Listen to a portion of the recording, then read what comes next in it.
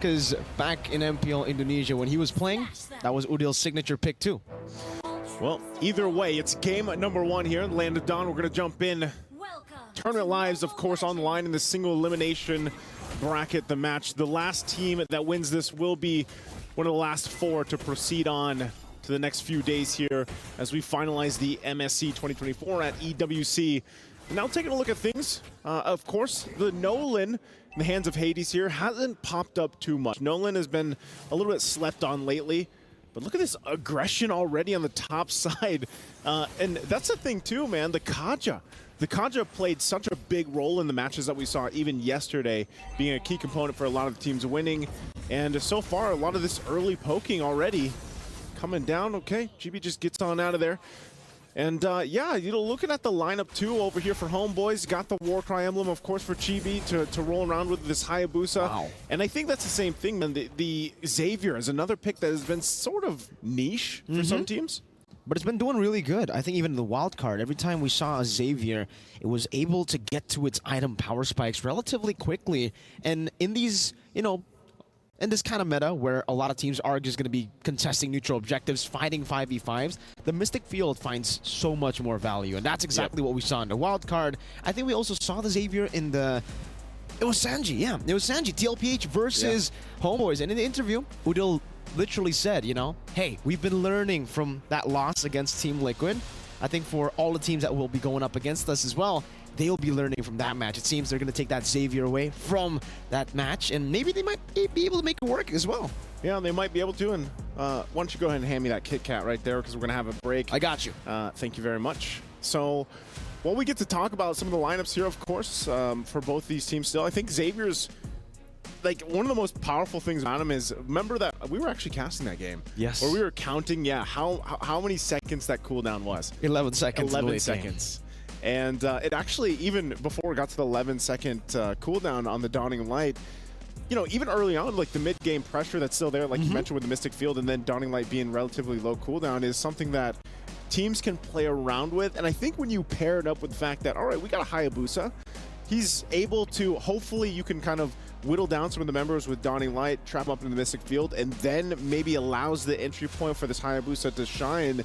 And possibly, depending on the build that's going to happen here, but I'm assuming Skypiercer might be one of the items, you know, and then you can scale off that. And I think they actually rounded up the lineup really well with having a Ruby and a Grok as well, right? You cover up the front, you cover up your ability to go ahead and peel if you need to, or initiate using that Ruby, and then, of course, these nets on the Old Faithful Roger.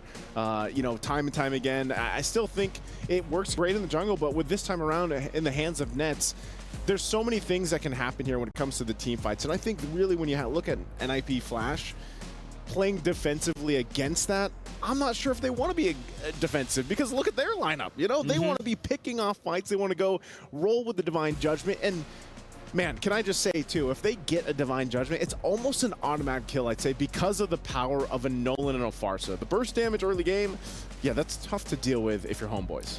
It is. It's really going to be tough, I think, in terms of poke as well. Like you said, you know, they have the Farsa and these close team fights. They got that Nolan, they got the Harith. So many ways for NIP Flash to actually take control of the game and force the fast pace. Because if they are able to force the fast pace against HomeBois, against a composition that is pretty strong as well in the early game, but we do have to talk about that Xavier being more of a mid to late game threat still, right? You apply a lot of utility in the early game, and that's what you get for the Xavier.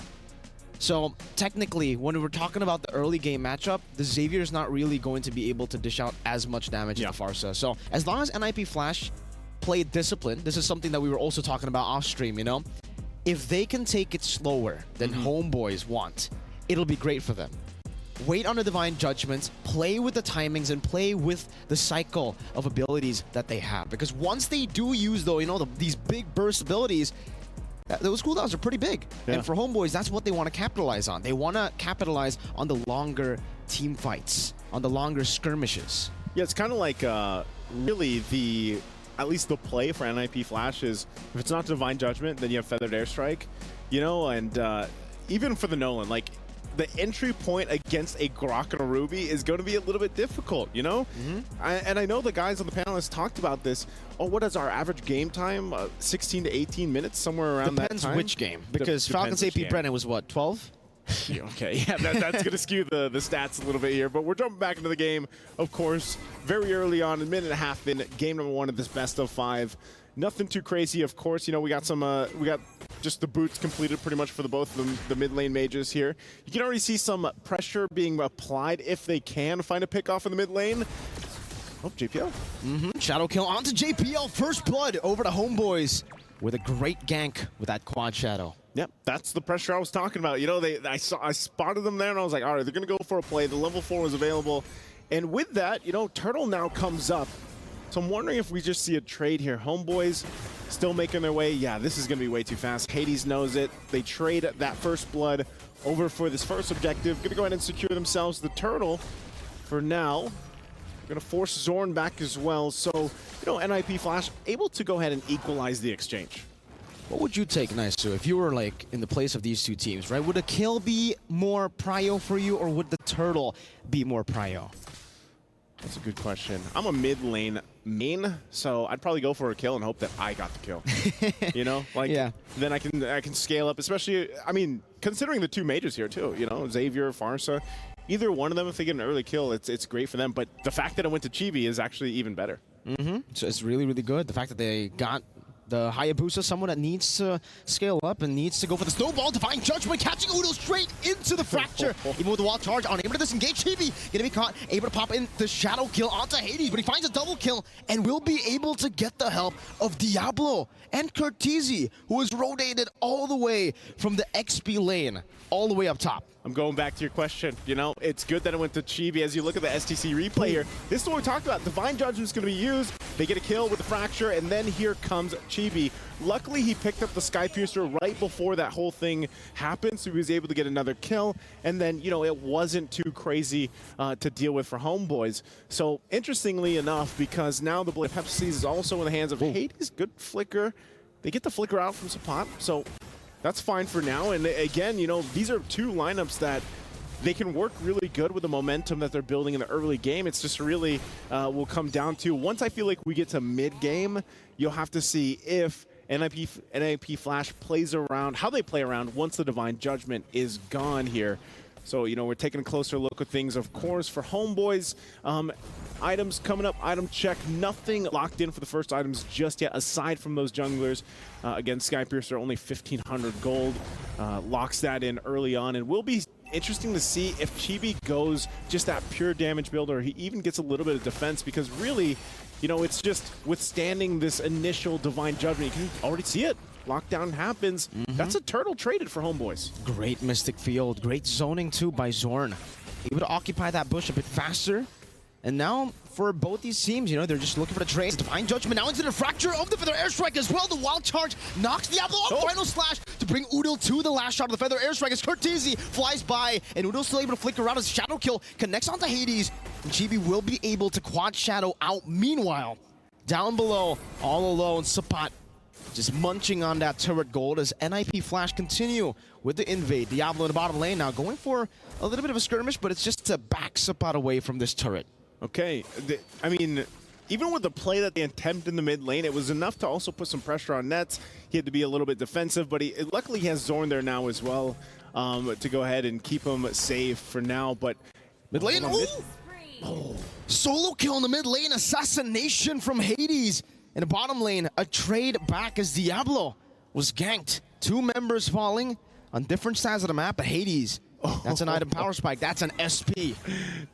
He's got the Sky Piercer. He also, again, earlier, he had the Blade of Heptases. All right, so it just seems like Chibi is making good grounds too. He's got the Fury Hammer now, working on his next item. But, you know, so far, both teams still trading across the map. This is going to be a little bit of a gold lead now, though, for NIP Flash as they work around this. I think for HomeBois, man, you're going to be wanting to shut Hades down at this point because of, you know, I was saying earlier, Nolan, it's a little difficult when you're playing against this Grok and Ruby, but so far, Hades is perfectly fine.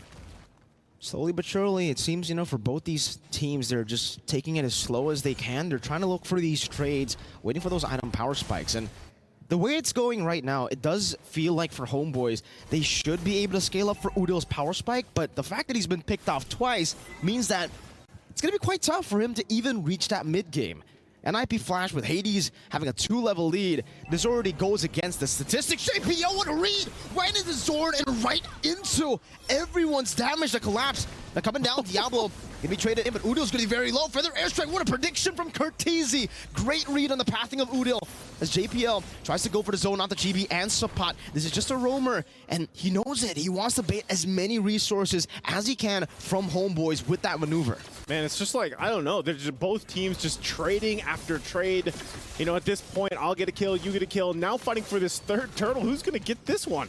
Let's see. That's going to be Chibi finding the retribution. Now it's going to be like inform from Nets. Trying to go in. Not good. I'm offended. They catch him. JPL taken down by Sapat as Diablo continues the vengeance. Onto Sapat now. The stun. Resetting the vengeance straight into the passive. Hades walks up, picks up a monster kill. And it will just be a trade again. Chibi, though. No, he won't be able to go for it. Nope. He jumps in onto Vanix. Curtizi now jumping in as well. The Sky Piercer. Execute. Does too much. Vanix cannot survive.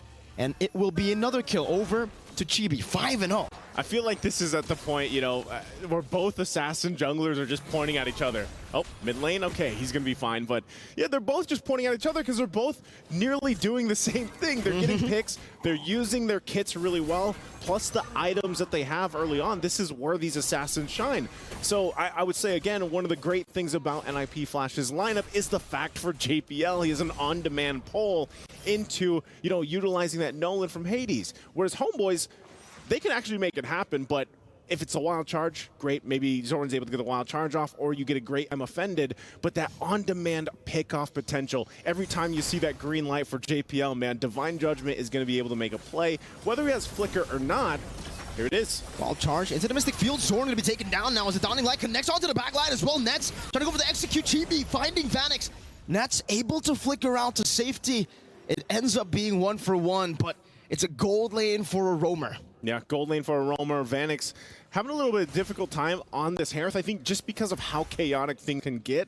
But again, if we are able to go ahead and extend this game number one a little bit further than what we've seen at least today, you know, we're just a few minutes away from that point. But also looking at the gold difference here, relatively even for the most part, you know, aside from like junglers again are going to be crucial up to a certain point. And then I think you have to start to shift your focus on especially the mid lane. Udil has struggled a bit, you know, in comparison to Curtizi, being able to utilize those lockdowns, utilize the Dawning Light, but as the game goes on, JPL unable to find a Divine Judgment. That's a pull onto Diablo, right into the Mystic Field. Now the final slash, the wall charge connects onto the back. 2 members knocked up. Vanix disappearing, the shadow kill, getting rid of the back line. GB picks up the double as the fracture, takes Nets out. Hades able to trade, but he has lost all of his teammates. Yeah, but I mean, that's great that Hades picked something up off of that, but now look at this. I mean, this is already going to be a Lord locked in for HomeBois. I was just saying, man, the lineup that they have, you know, going toe for toe, but HomeBois just demolished NIP Flash in that exchange.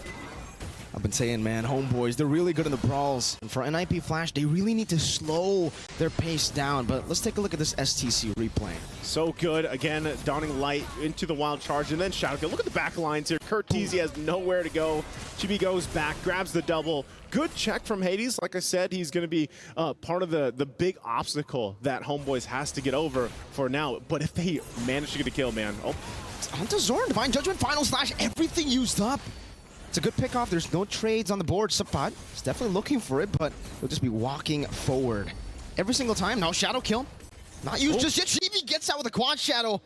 Barely. Almost gets punished. NIP Flash having a little bit of a flank right now, but nobody's really walking up. And at this point, for both these teams, again, it's like which jungler is better? Which one is going to be able to pull this off continuously until eventually they get shut down? Malefic Roar 2 on Hades is what's making him just kind of cut through everything.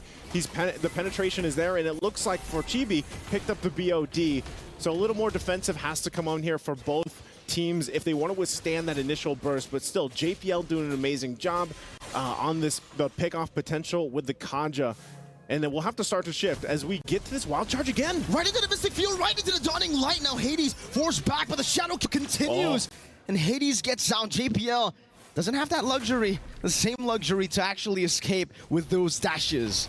Yeah, it doesn't get out, but it could have been way worse than they're able to survive. At least Hades doesn't go down. Dawning Light's dropped, and this is where the point now where again, even if Udil struggled a little bit in the early game, look at him, he's got the 9 assists already. Dawning Light's already relatively on a low cooldown, and they just help push the waves in. The whole job is, all right, we're going to take control of this map. We're going to get these tier 2s down. Zorn's going to TP a little bit like we heard about, you know, and just get ready for the next objective in about a minute. But if they do this and they get all the space to work with, hey, HomeBois is happy. Shadow kill. Oh, the Vanix! Oh my goodness! Barely surviving. I thought for sure the Sky Piercer proc would have done it, but I feel like it's a flex. He gets out. Yeah, you know, that's just, I'm here on your base. Look at that damage. Here's the damage. Be careful, right? I'm at this point, but Hades does the same thing. It's just, you know, he can't go ahead and use the quad shadows like a Hayabusa can. So all this relatively pretty much at a stalemate for now until this Lord does come up. And I think, again, this is where you see the Xavier pick start to shine. The great thing is for NIP Flash, if they have the initiation, whether that's now at this point for Diablo, he can flicker in, get the final slash, even if JPL doesn't land a Divine Judgment, or they just kind of reverse that and follow up through it. Interesting, too, some defensive items coming up. Athena Shield now for JPL. Conceal going to be used. They're going to find Sapat here.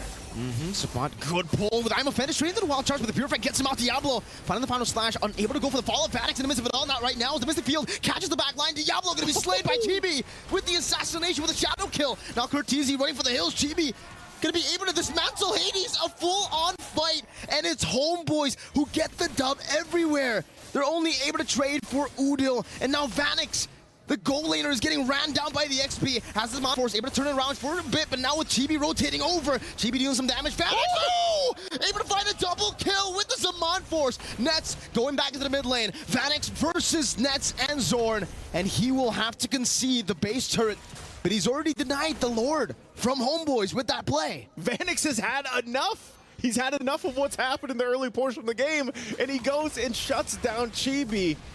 And so both junglers went down in the whole exchange over the course of that. But man, by the hands of Vanix, they actually maintain what could have possibly been a push into the base even further. So Lord's still for the taking, and now it's just ultimately a reset. Wild charge again. This time on the JPL is going to be burning down Nets with a Lycan Pounce, finding it. They're all onto the turret, or actually the Lord rather. Hades going for a Dawning Light. Oh, Zorn steals it away from NIP Flash. From the hands and the grasp of Hades, who was on it. He didn't get to retreat, he gets smacked in the face by Zorn. HomeBois are online. That's a grok for you. That's Zorn. You wonder what he's been TPing for. It's for these moments right here. It takes the Lord, gets the cleanup kill, and now for HomeBois, they're going to be looking to march into possibly ending the game if possible. Cortese does pick up a Divine Glaive. There's a couple crowns over here. They might be able to clear the waves out enough unless HomeBois forces this game to end here. Lord makes its way to the base. It's a big Lord into base. I'm offended, connecting on the JPL, bringing it back into the Mystic Field as well. The Divine Judgment catches him with the final slash, bringing Sapat all over to the base turret in the bottom lane. Still Chibi with a shadow kill, jumping back in front of the quad shadow. Sapat finding a double, Cortese low, doesn't have the feather airstrike. Spot turns him down, puts him down as well. He can go for the winner crown, but not for long as he gets caught under the Mystic Field. HomeBois strike first. And the HomeBois come out swinging in game number 1 here. A great assassin matchup between two great junglers from two great teams. But ultimately, Chibi and the rest of the HomeBois will go ahead and get the W, get the victory here. Man, what a game 1 for this best of 5. I know the panelists mentioned this earlier. I think this is going to be a very close series ahead of us after just seeing this and what's, again, at stake here for these two teams. Hey, if we get to see 4 more games of that, I'd be happy. That'll be quite entertaining. An amazing first game to set the pace, to set the tone for this best of 5. HomeBois versus NIP Flash. What a great matchup we have in store for us, but game 1 was already a treat. Boys, at the panelist stand, why don't you go ahead and break this one down? I mean, talk about an amazing match. Both junglers being extra active in this game. But I gotta say, that Zorn Lord Steal, I might nominate that as one of the best Lord Steals we've seen so far in MSC. At least one of the most important, because just for a minute there, Vanix grabbed the game by the horns with a great outplay. able to put them in a position where they could take the Lord, and then Zorn just steals it from him.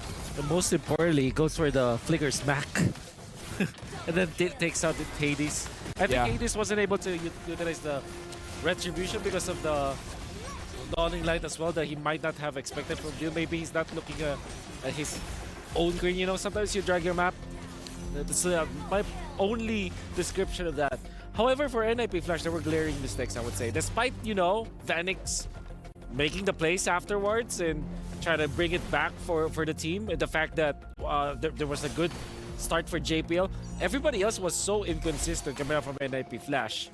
And maybe you can argue that Hades is doing well, but I think that it is worth noting that NIP Flash didn't actually made a lot of mistakes. I guess I wouldn't sugarcoat it. They made a lot of blunders in the early stages. You know, and even here in this last big Lord fight, I want to point out Sepap because he did I mean, the Ruby worked very well against the Harith. Every time Vanix would lay down the Zaman's Force, he'd try to get enough shots on, but he'd get locked up there, man.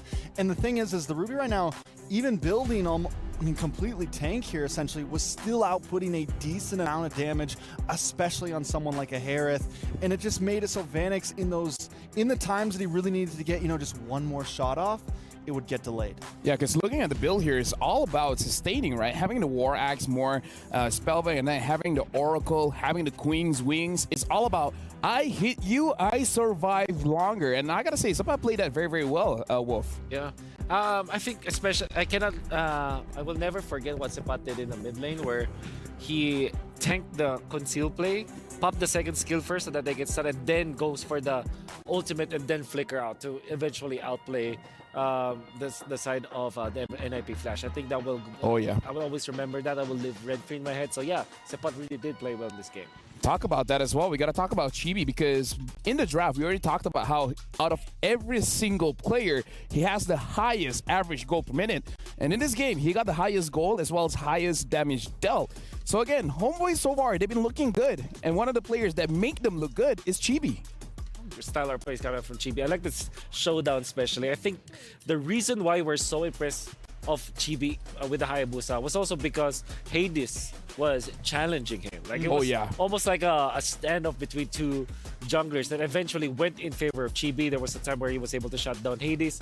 Overall, it was a very nice anime-ish like battle between assassins. I mean, we're talking about Akage. He picked up a ninja there. That's right. Even in the beginning, I mean, they were both, what was it, 6-0 and something, 7-0 and something. They were trading kills. I mean, it was definitely a assassin versus assassin there. I fairly remember when Hades won 9-0-0. Yeah. Chibi was 8-0-3. So they were the neck and gold neck. was the gold was also very similar, neck and neck. I love this battle, honestly. Yeah, honestly, like it has been great. Looking at both junglers living up to the hype, because we've been talking about Hades, we've been talking about Chibi, and then in the very first game in this best of 5, both showing their strengths here, and everyone else like, okay, I guess I'll die to you, and then I'll die to you. It's gone to the point where everyone else is like, what about us? It's all the side characters. What about us? Yeah, everyone else battle happening. Yeah. Yeah, and I would say though, the side characters have to step up at least for the side of NIP Flash. And I'm not gonna sugarcoat this. They look very shaky after the first few minutes of the game. It's mainly because of the fact that Vanix is dying. Yeah. He went 0-3. JPL is not finding the good initiations anymore. He's getting picked apart. Courtesy was phenomenal though. Courtesy was great. I think the way that he managed to utilize the Farsa ult. But Diablo as well, I think he got killed twice in the laning stage. And then when he wanted to initiate, after one final slash, he's not able to kind of refresh the vengeance dashes to eventually sustain the fight. I think people have to step up for NIP Flash. Like I said, the side characters, they need to be the main characters now. What do you think, Trace? Like, what's your opinion on this matchup? I think even though they want it to be this huge brawl after game 1, maybe NIP Flash slows down just a little bit. Or, I mean, if you're going to keep on doing this, if you're just going to go blow for blow, then you just got to punch harder, right? There's no other option. And yeah, the rest of the characters do need to step up because they didn't have someone pulling a big Zorn play. Vanix played well, I think. Vanix did good, but even your marksman needs the rest of the team to be able to create That's true. space around him, you know, or else he's not going to be able to. They need to keep Sepot away. They need to keep the team at bay so that he can really pop off. Now, here's the thing. We're going to look at our Sony MVP, and it's Chibi Skibidi, because right now, currently, he has the highest average goal per minute among players, 861. As well, he has the most first bloods. He has 5.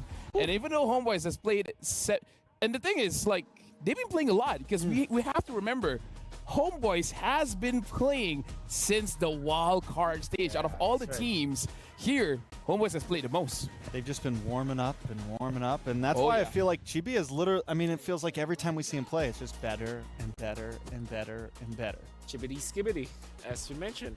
Hayabusa makes a lot of sense versus the Harith. Expect that kind of matchup come through many times. The counter for Chibi should have been this Kaja, but Chibi managed it so well. He gets in and out of the fights before JPL was even able to react. And look at that, the way that he identified that Vanix is very frail in that moment, and then finds him once again onto the backlines in combination with Odil's Dawning Light. This Hayabusa looks very scary. And look at that, that was the seventh play that was thought about, like able to counter the conceal play and then utilize the ultimate to convert for more kills for the side of HomeBois. Udil as well, man. Some of those Dawning Lights were just timed so perfectly. He never shot them too early. He would wait till everybody was in the right spot and then fire off, and that's when Chibi was able to really come in and just reap sometimes. While we're looking at our MVP, our Sony MVP with 9.5 KDA, 83% kill participation in this game, 852 goal per minute. I have to ask our gentleman here, like whenever we see Chibi getting those solo kills, you know, against Vanis, against JPL, it comes to the question, is it just because Chibi position himself in a way that he's able to get these kills, or is it mistakes coming in from NIP Flash? I would say 80% more on Chibi just outplaying the entirety of the NIP Flash, and maybe Team Flash, NIP Flash, that's 20% on them for being in that spot. For example, Vanix defending the mid, he's a Harith. Yeah. He's not supposed to be able to defend the mid like that, especially when there's Hayabusa present. There's the Ruby present as well. There's so many heroes that can jump on him. So I think the 20% was Vanix's fault, for example. I think when you get to this level of play, right, you have to you have to think about those things, because as you just said, you just pointed out so greatly, the fact that there's a Hayabusa on the field, the Harris should barely ever be alone, especially in sight. Yeah, and thank you very much to our gentleman here, but it looks like I got word that Steph Weezy was able to talk to a Malaysian influencer. He's able to catch Ombong. So Steph Weezy, what are you talking with Ombong? We are here with Ombong, all the way out from Malaysia, an amazing KOL and a friend to so many players here at MSC 2024. Ombong, how you doing? I'm so good. I'm so fun to be here. Thank you to AWC and MSC for inviting me here. But my English is not so good, but I'm trying to speak in English. Well, speaking of things, that's good. Malaysia, super strong out here for MSC 2024. You currently have 2 teams, SRG and HomeBois, still in the bracket. SRG just made it to top 4. HomeBois having to battle it out for that remaining spot today up against Snip Flash. How does that feel, being from Malaysia, having 2 of your teams still in the competition? I'm so proud with them, SRG and HomeBois. Then I see the journey to here is very struggle, and they need to compete to other country. And for me, I hope they can go to the final and the champion in MSC. Yeah. Well, you're friends with many of the players, specifically HomeBois. Do you have any words of advice for their upcoming match against Snip Flash? Okay, to them, I know they can beat Flash. I trust they can beat Flash, but to the Chibi, I think, just do what I teach you, how to play Assassin properly. Okay, Chibi? All right. All right, Chibi, you heard it. Yeah. Dominate inside of the jungle. HomeBois, good luck on your next match up against Snip Flash. Ombong, thank you so much for your time and enjoy the show.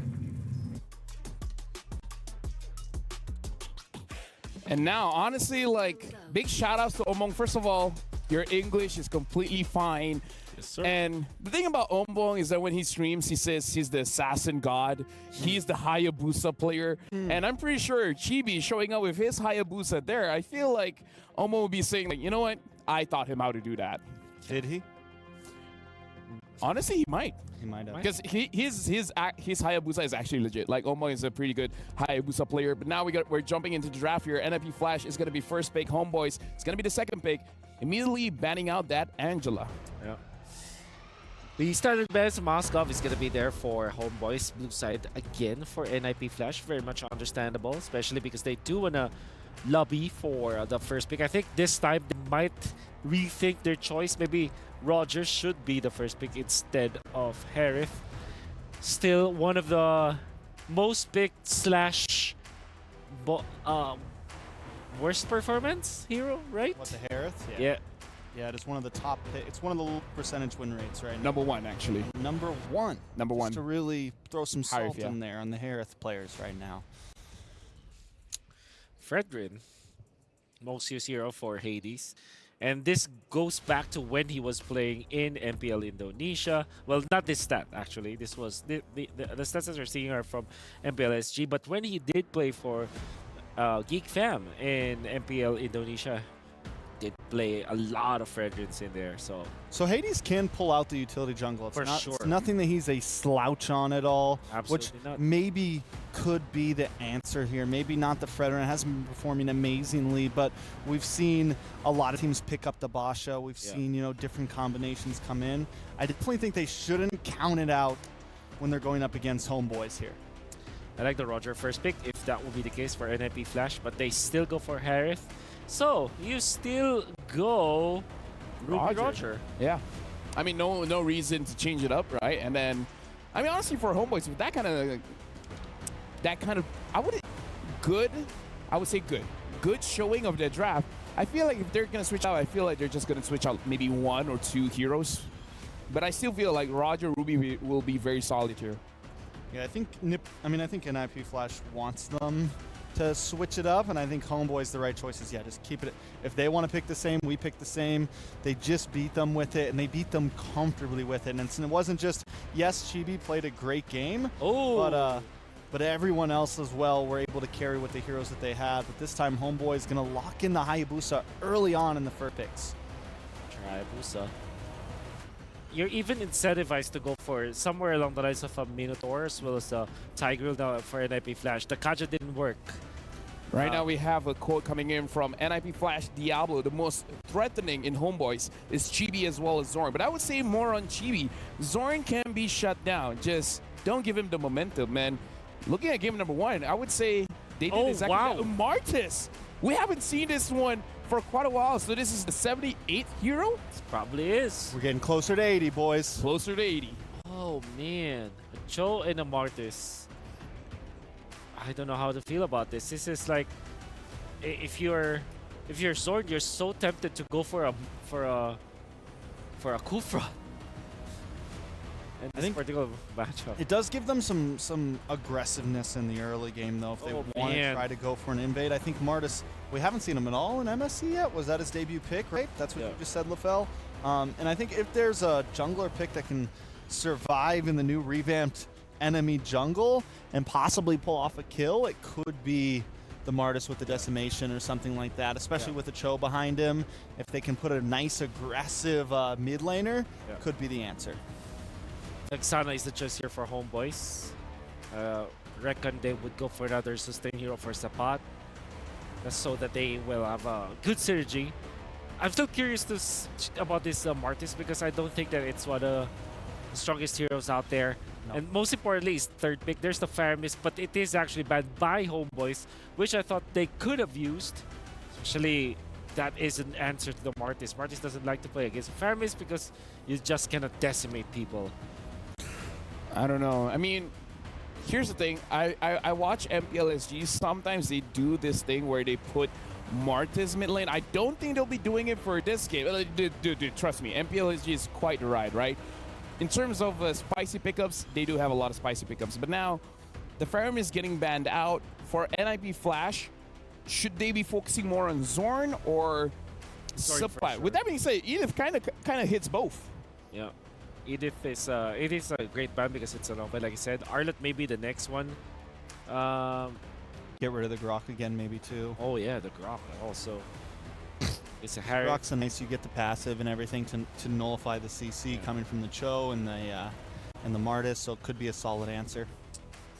Nana, very interesting ban here. Okay. Oh, sorry. These are heroes that might be able to counter the assassins, right? I would suggest Aurora for NIP Flash. It's gonna be great for Curteasy. Aurora and Cho, so much lockdown, and I can deliver also the damage. At the same time, you're looking for a Shredder because you already have your sweeper, right, with a Martis. You're looking for a constant source of damage, which could come from Farsa, for example, which we know Kurt also uses a lot. It's definitely up in the air right now. NIP Flash, I think, again, for me, I think Zorn's a major Kaja. problem. They got to watch out for him. They get rid of the Kaja, which Kaja definitely can be a problem to the Martis, can be a problem even to the Cho when you try to dive in, or can catch the Harith off. So covering their bases, HomeBois on first pick here, need an EXP laner, need a roamer. Arlet. Get a little bit of both. Exactly. A little bit of both. Yep. A great fourth pick, Great fourth honestly, pick, because it gives them so much flex for that fifth. Somewhere else, Ruby, somewhere along the lines of Ruby, but Arlet is actually the best because you provide so much for your team. But I think you're stuck with Aurora now if you're an NIP Flash. And then you're looking for an EXP lane that can match up. Therisa's still open. Ooh. Makes a lot of sense versus the Arlet. Not much about it against Roger. I wonder if NIP Flash are considering the CC actually. CC provides you the physical damage in the latter portions of the game and also cannot be easily killed by the members of HomeBois. And also can kite along with the Roger pretty well, can Yeah. kind of dance back and forth. But Wait, is that it? Is this what you were talking about? Julian mid. Mid lane Julian, actually no. Yep. Or This could be a mid mid- lane yeah, Martis. Nah. I feel like this is mid lane Julian for sure. At He's one got a point, 77% win rate. it should be a mid lane Julian. I do feel like that should be the case. And NIP Flash, they want to double down. It's like we still like to brawl, so this might be a good lineup to go up against HomeBois. Oh, Get your gloves out. Like every single one of these picks, they're able to fight at level 4 essentially. Even the Harry might need the Starlium side, but after that you should be fine. And HomeBois closes it out with a what a Terizla. solid lineup from HomeBois.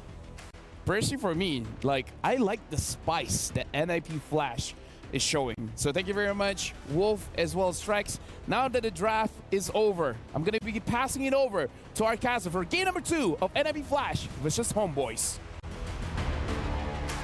Thank you guys so much. Again, breaking down the draft here again. Interesting draft, I'd say. Interesting. And, it's me, Naisu, and Miracle once again to bring you game number 2 here. And they talked about how the dynamics of these teams when it comes to drafting before we got to the match, this speaks volumes here. Yeah, but also, there's going to be a crazy change, by the way. You guys will find out in the game because we're not going to reveal it to you just yet. But don't worry, Naisu, take us to the land of Dom, baby. Well, we're jumping to the land of Dawn. Game number 2 here once again. After a close action-packed game 1, we go at it for game 2. Looking to even out the series here, of course, for NIP Flash. There you go. And yes, there you go. It's not a mid lane Julian. It's actually a mid lane Martis? Yeah, it's a mid lane Martis. I think we have seen this in MPL SG. But yeah, I mean, I'm glad to see something crazy like this all the way from game number 2 for NIP Flash. They know if HomeBois get this game, it's going to be match point for them. So might as well try to go for something crazy now than later on in match point. This would almost be true to hold on. Wow, look at the damage already on Zorn. With the Mortal Coil, and that's going to be first blood straight up with the help of the G Kundo. Zorn saving the Flicker, not giving it or not using it just yet. I think he was even just like, yeah, I'm going to be okay. But instead he goes down. And also real quick, looking at the emblems here. Again, just Warcry emblem here for Chibi, of course, after the previous performance. But yeah, my eyes are also going to be on this Martis, on how this is going to work in the mid lane, because this does change some of the rotations or some of the timings even for this lineup from NIP Flash. And I would really say this draft, man, is very fitting to the name. Like, they're ninjas in pajamas, man. They're certainly ninjas in pajamas. They're something you don't expect, right? I mean, with the draft as well. I feel like the idea is if HomeBois wants to brawl, sure, let's brawl with them. Because that's what the Martis is meant to do in these brawls. Vanix, though, taking a wrong step forward, now punished instantly by the Chain CC and the Lycan Pounce. JPL, no way to actually go in towards Zorn or Nets, so he'll have to just concede that one kill back to HomeBois. That's a good pickup, though, too. You know, Nets getting that early kill already in the gold lane is going to help out with the matchup against the Harith. Of course, you know, lane-wise, it can be either or, but Turtle's up now. Objective for the taking here, and that's just going to be NIP Flash securing it very easily. So again, trading here, top lane. Get the flicker out from Diablo, so no dice there on the top. Just a flicker. Diablo knows better than to take on Sapot, especially with the help of Udo there. Chain CC, very, very easy to do with HomeBois' composition. But we do have a game fact here. From MSC 2017 until now, chose the most picked hero. With this pick as the 158th, recording over a 56% win rate from the start of MSC. That's, I don't know, we got to give him like a MSC skin or something. An MSC skin? he needs one. At this point, he's Mr. MSC. You know, and with the recent change to the show, I feel like that's really what put him in a position where when we made that transition to like old meta to where we are now, he fits so well in it because, you know, we've seen this so many times where it's all about the fighting. It's all about these skirmishes early on.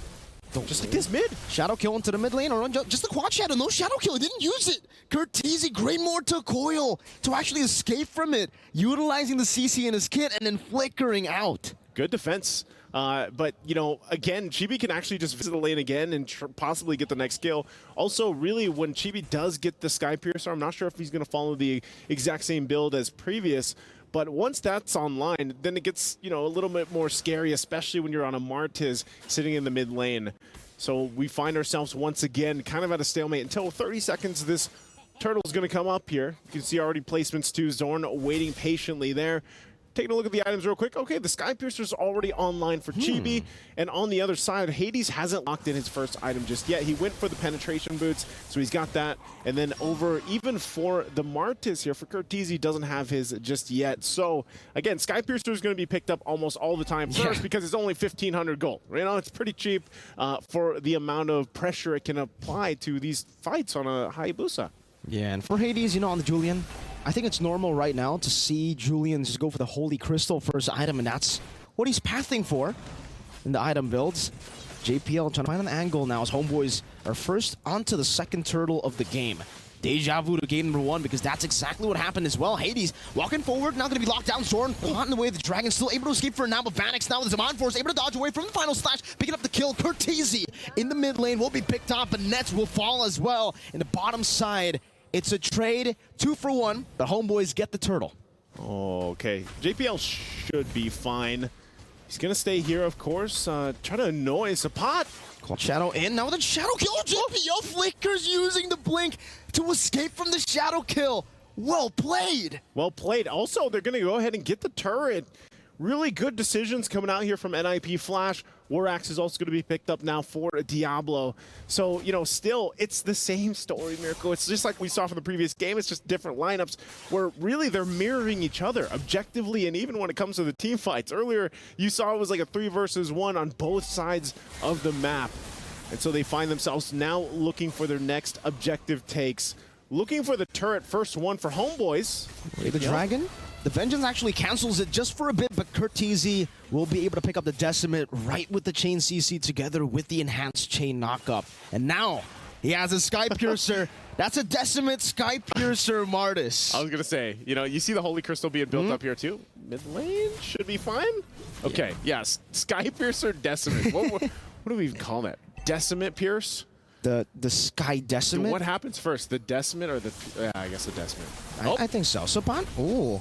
Penalty zone, locking him down. JPL able to dash forward, and it's going to be Hades who just takes him out. Final slash displacing JPL. No one following up. Nets. Now the Lycan Pounce over to Vanix. Hades gets an enhanced chain, and it's enough to disengage from the skirmish. I don't know. It seems like there's some like hesitation as well from the HomeBois. Yeah. Like on how they want to approach some of those fights, because I know it's JPL, I know it's a Cho pick, I know it's the most picks at MSC, but you know, that looked like they could have possibly gotten a kill there, but also maybe just the fact of we're respecting the fact that Hades actually has a lot of damage.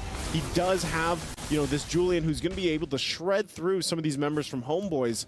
And again, it's a little bit tricky on trying to even capitalize a kill on Martis JPL again. Wait, the Dragon straight into the penetration, but no Decimate just yet. Sapat able to flicker full out of that skirmish. Now Zorn gonna be caught by the damage coming from Zaman Force. The Shadow Kill comes in to deal some damage. Curtizi using a Mortal Coil. Chibi dancing left and right, but will finally be caught by Curtizi on Martis, who gets a double. Gets a double. That's a Decimate Pierce. The Sky Piercer Decimate combination is too much for HomeBois to handle. Skibidi Martis. Skibidi Martis, mid lane. Knock up, forcing a Purify. I'm offended from Diablo, but the final slash catches them. Zorn unable to capitalize on that final slash, and it's actually him who gets picked off. Oh man, again, HomeBois, like you're wondering, was just this too much of a feint? As we look at the STC replay here, great initiation again, even under the turret. And they get a kill off of all of that. So, HomeBois, they got to be wondering, scratch hands like, okay. Look at that. Yeah, see that? They were so stunned by the replay that they stayed in time. But for HomeBois, man, again, it's kind of like, where do we turn things around? Looking at the items real quick, Sapat is not where he needs to be. All he has is a War Axe. And honestly, I feel like he gets whittled down. Oh, go for him again. JPO with the G-Kundo. Sapat used the penalty zone, but he gets knocked up, gets decimated, gets pierced, gets everything. Everything.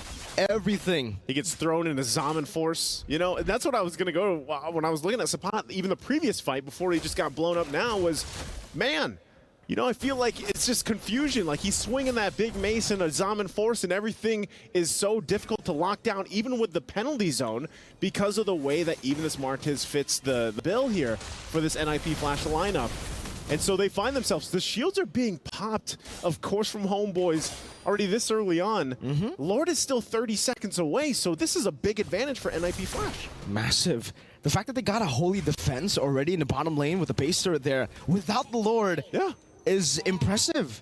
How they've been able to utilize this early game composition has been great, but one thing stays true, which is how are they going to deal with the mid-game threat? Because technically for HomeBois, they still have that to play with, right? Around the neutral objectives as well. They have a very, very good combo.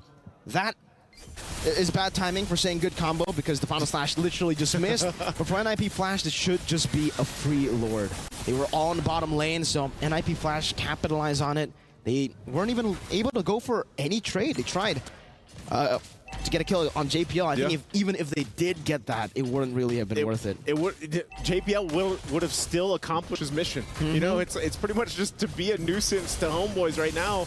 Oh! I'm offended, but it's on Sapat. Three-man final slash down to the penalty zone. Locking him down. Eternal Guard down on the back line. Chibi goes in for the shadow kill. Dealing some damage. Sapat able to dash or get out now. As Curtizi gets over the Mortal Coil. The Dragon. JPL finding the flicker play as Hades locks him down. And Vanix executes him. NIP Flash now looking to utilize the Lord. This is, again, so impressive what they've been able to accomplish with this lineup. And man, I don't know, my personal MVP already is going to be JPL here because he has been a nuisance to HomeBois. And now Lord making its way on the bottom side. They're going to try to defend. JPL going to go in again. Good Terrify, but he wants to bait out some of these resources. Two-man G-Kundo. He's bought enough time, but Diablo is going to be caught with the final slash. Able to find the Donor Wolf King, but will not be able to escape. Sapat penalty zone, locking Vanix down, but he does still have the Zaman Force, and the Decimate gets rid of him. Curtizi looking for one more. TVO going to be caught by the Decimate, but the Piercer doesn't execute him. He's still able to get out with the Quad Shadow, but they have cracked the base open. That's one base turret in the bottom lane taken down. Okay, HomeBois gonna be okay. STC replay here. You're looking at JPL goes in, trying to just actually force this. He's supposed to die in the exchange there, and then they want to get that turret. And they probably could have got a couple kills, but instead they have to go on the defensive. Good try there from HomeBois to even cap out on some kills. But ultimately, it's Chibi that survive. And with that, again, they bought themselves some more time. JPL goes in with Conceal, is not going to find anything. Gets information, though, here, at least for this purple buff. And HomeBois, I mean, you're looking at it, they're kind of forced to stay together because of what JPL's capable of doing. Not just JPL, Diablo, too. Whenever that flicker is available, he's been doing it time and time again. The I'm Offended flicker combination on this Ruby has been hell to deal with for HomeBois. So now finding themselves once again on this defensive mode. It's more so like we just got to farm up. BOD was just picked up here, but I don't know, man. How much time does HomeBois need to equalize things here? I don't know. I think it really depends on nets. But even then, he's actually opted to go for a little bit more of a defensive utility build with a Thunder build. Yep. And the endless battle first item. That's a build that I don't really see too often. So already a very interesting build path. But speaking of interesting, Hunter Strike, normal. Sky Piercer, normal. Queen's Wings, third item, by the way, for Kurt Teasy. So his plan is, I go in, I get a kill, and hopefully I get out. Hopefully I get out with the wings, but also the mortal coil. Like that. And that's what I'm saying. The way team fights go, it's really difficult for HomeBois because if you're looking at the lineup from NIP Flash, it's like, how do you catch some of these guys? You know, they're literally, again, it's ninja-like in a way, and they're going to be able to go ahead and just get this Lord because HomeBois, it's so difficult for them to fight. They're way too late to approach this. I'm not sure. Diablo could possibly force a situation, but they don't. They take the discipline route. They're like, you know what? We're going to go ahead, wait for the Lord to come in. We got 2 base turrets to knock down from HomeBois, and then here we are 1-1 in the series. They could possibly be a game-winning push here. Depending on how this goes, they're probably going to take the purple buff as well. Divine Glaive now locked in too for Vanix. So for HomeBois, I'm really just thinking here, you know, 8,000 gold behind. You somehow need to withstand the pick-off potential that's going to be forced from NIP Flash as they kind of just have to watch. Oh, hold on, Zorn. And that's Shane canceling out that final slash, but for them, it's all about utilizing the Lord, right? They don't want to get too aggressive, but right as I say that, that's concealed from JPL. Over to Jikundong, possibly onto Udil, uses the Shunpo, and he was able to zone them away from that base turret. Easy take for NIP Flash, as now they're looking for the final base turret up top. Chibi sent to deal with it. Hades now looking for it. Shadow Kill used up, the Winter Crown is there. Chibi dashes forward. Watch out, JPL with a Way of the Dragon, and Diablo takes him out. Final penalty zone onto 3 members. That's going to enhance Shane to knock them up. Straight into Vanix's damage. On this Unforced Vanix going wild. Getting the triple kill as Kurt Teasy goes godlike. NIP Flash 1-1. And ladies and gentlemen, we have a series on our hands. Man, like true ninjas in pajamas, NIP Flash comes out with a brilliant lineup. Something a lot of people did not expect to see a Martez in the mid lane. And JPL, my personal MVP, my personal GOAT for game number 2 here. Man, what a game for him. If Liquid Echo have JP, NIP Flash have JPL. JPL. Oh, man. Again, great lineup. I love that we talked about how these 2 teams are the teams to bring out this spice or bring out drafts that you might be scratching your head about sometimes, you know? And I'm sure the guys over on the panelist stand also are scratching their heads, so we're going to throw it over to them to break down game 2. Well, what we can say is it's definitely a brawl. And okay, first of all, let's talk about this Martez pick. We talked about this during the draft. It is one of the things that we've seen in MPLSG, but I thought in MSC they would be like, okay, maybe this won't work here, but they're just like, we're bringing in the Singapore flavor to MSC, so they showed up with the Martez mid with the Sky Piercer, and it worked out. I mean, it almost feels like a counter to the aggressive assassin builds that some teams are bringing, just because how do you even deal with that in the early game?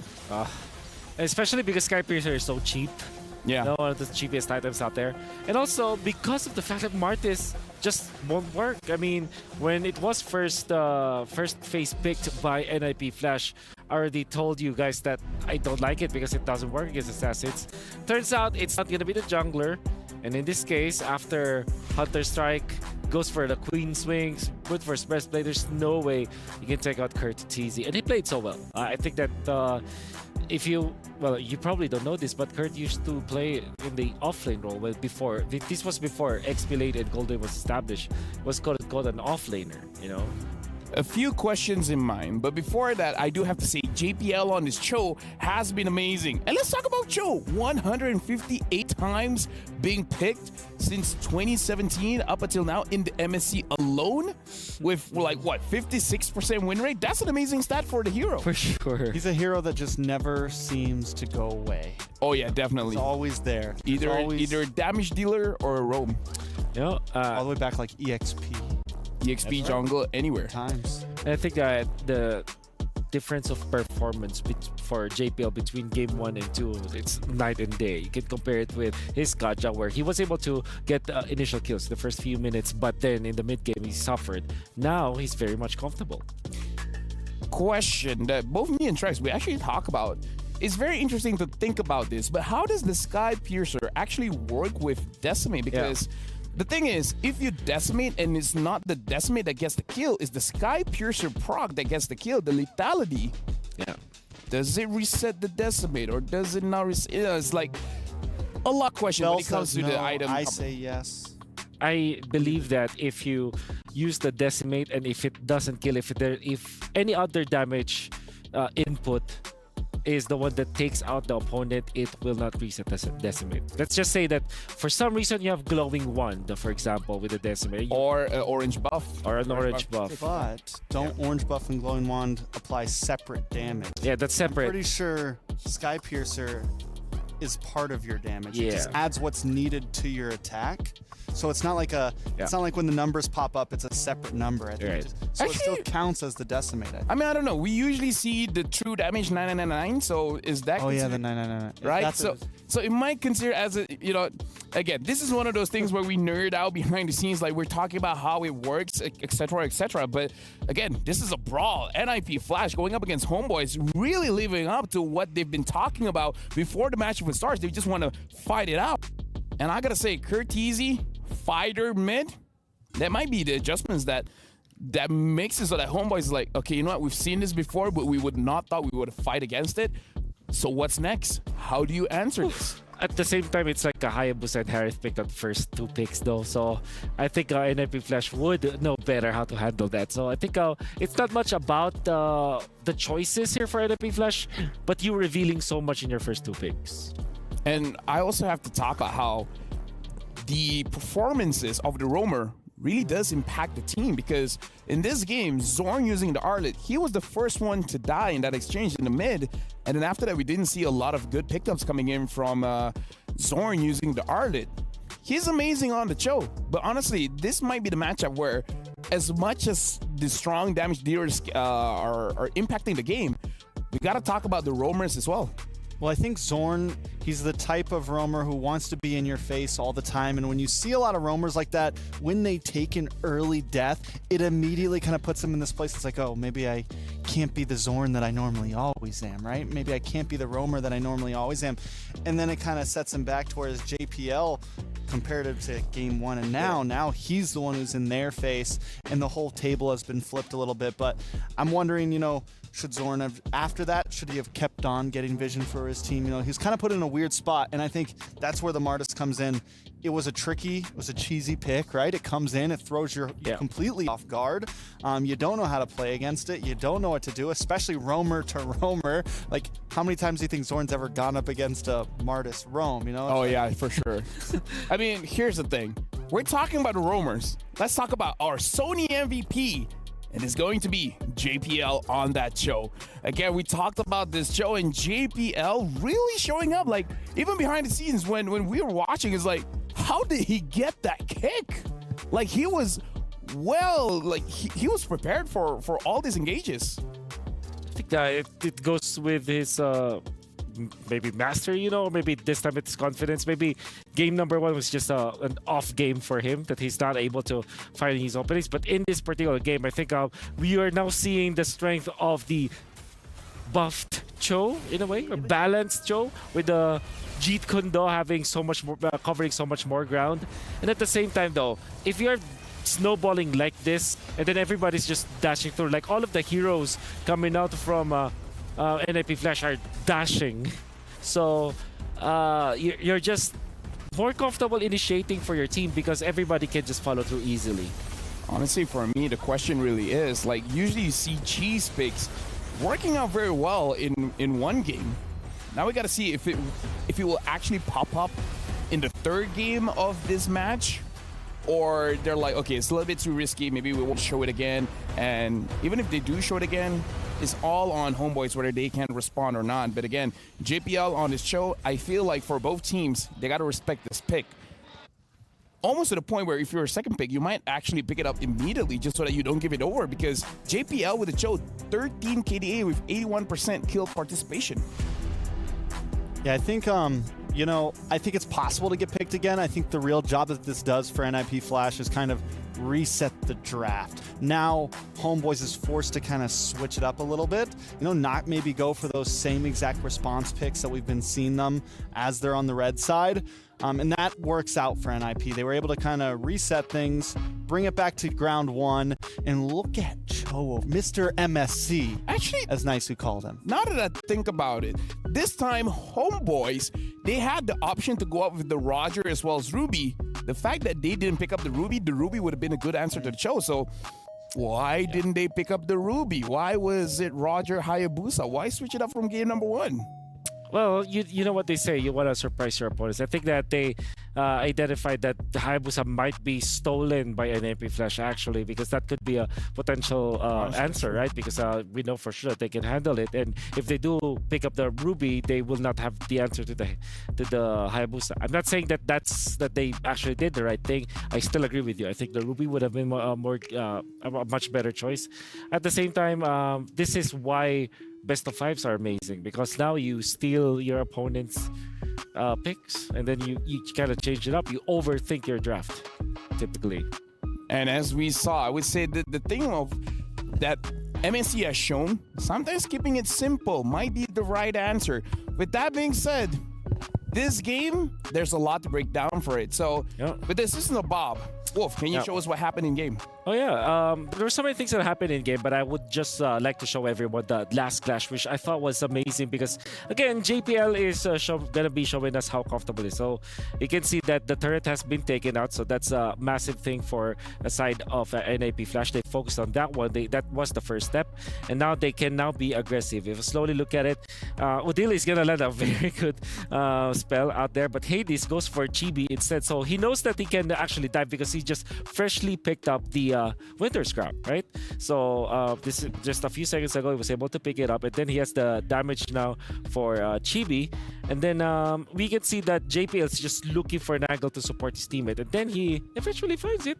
Now they now corral to anyone who gets into their box, although technically speaking, assassin based lineups like this one for NIP Flash don't necessarily have a box kind of strategy or a formation because you're like all over the place. But once you eliminate one of your opponents, and then, you know, what usually happens is that in this case, HomeBois will desperately want to get a pickoff. They will get into the box of NIP Flash, and then they get decimated one after the other.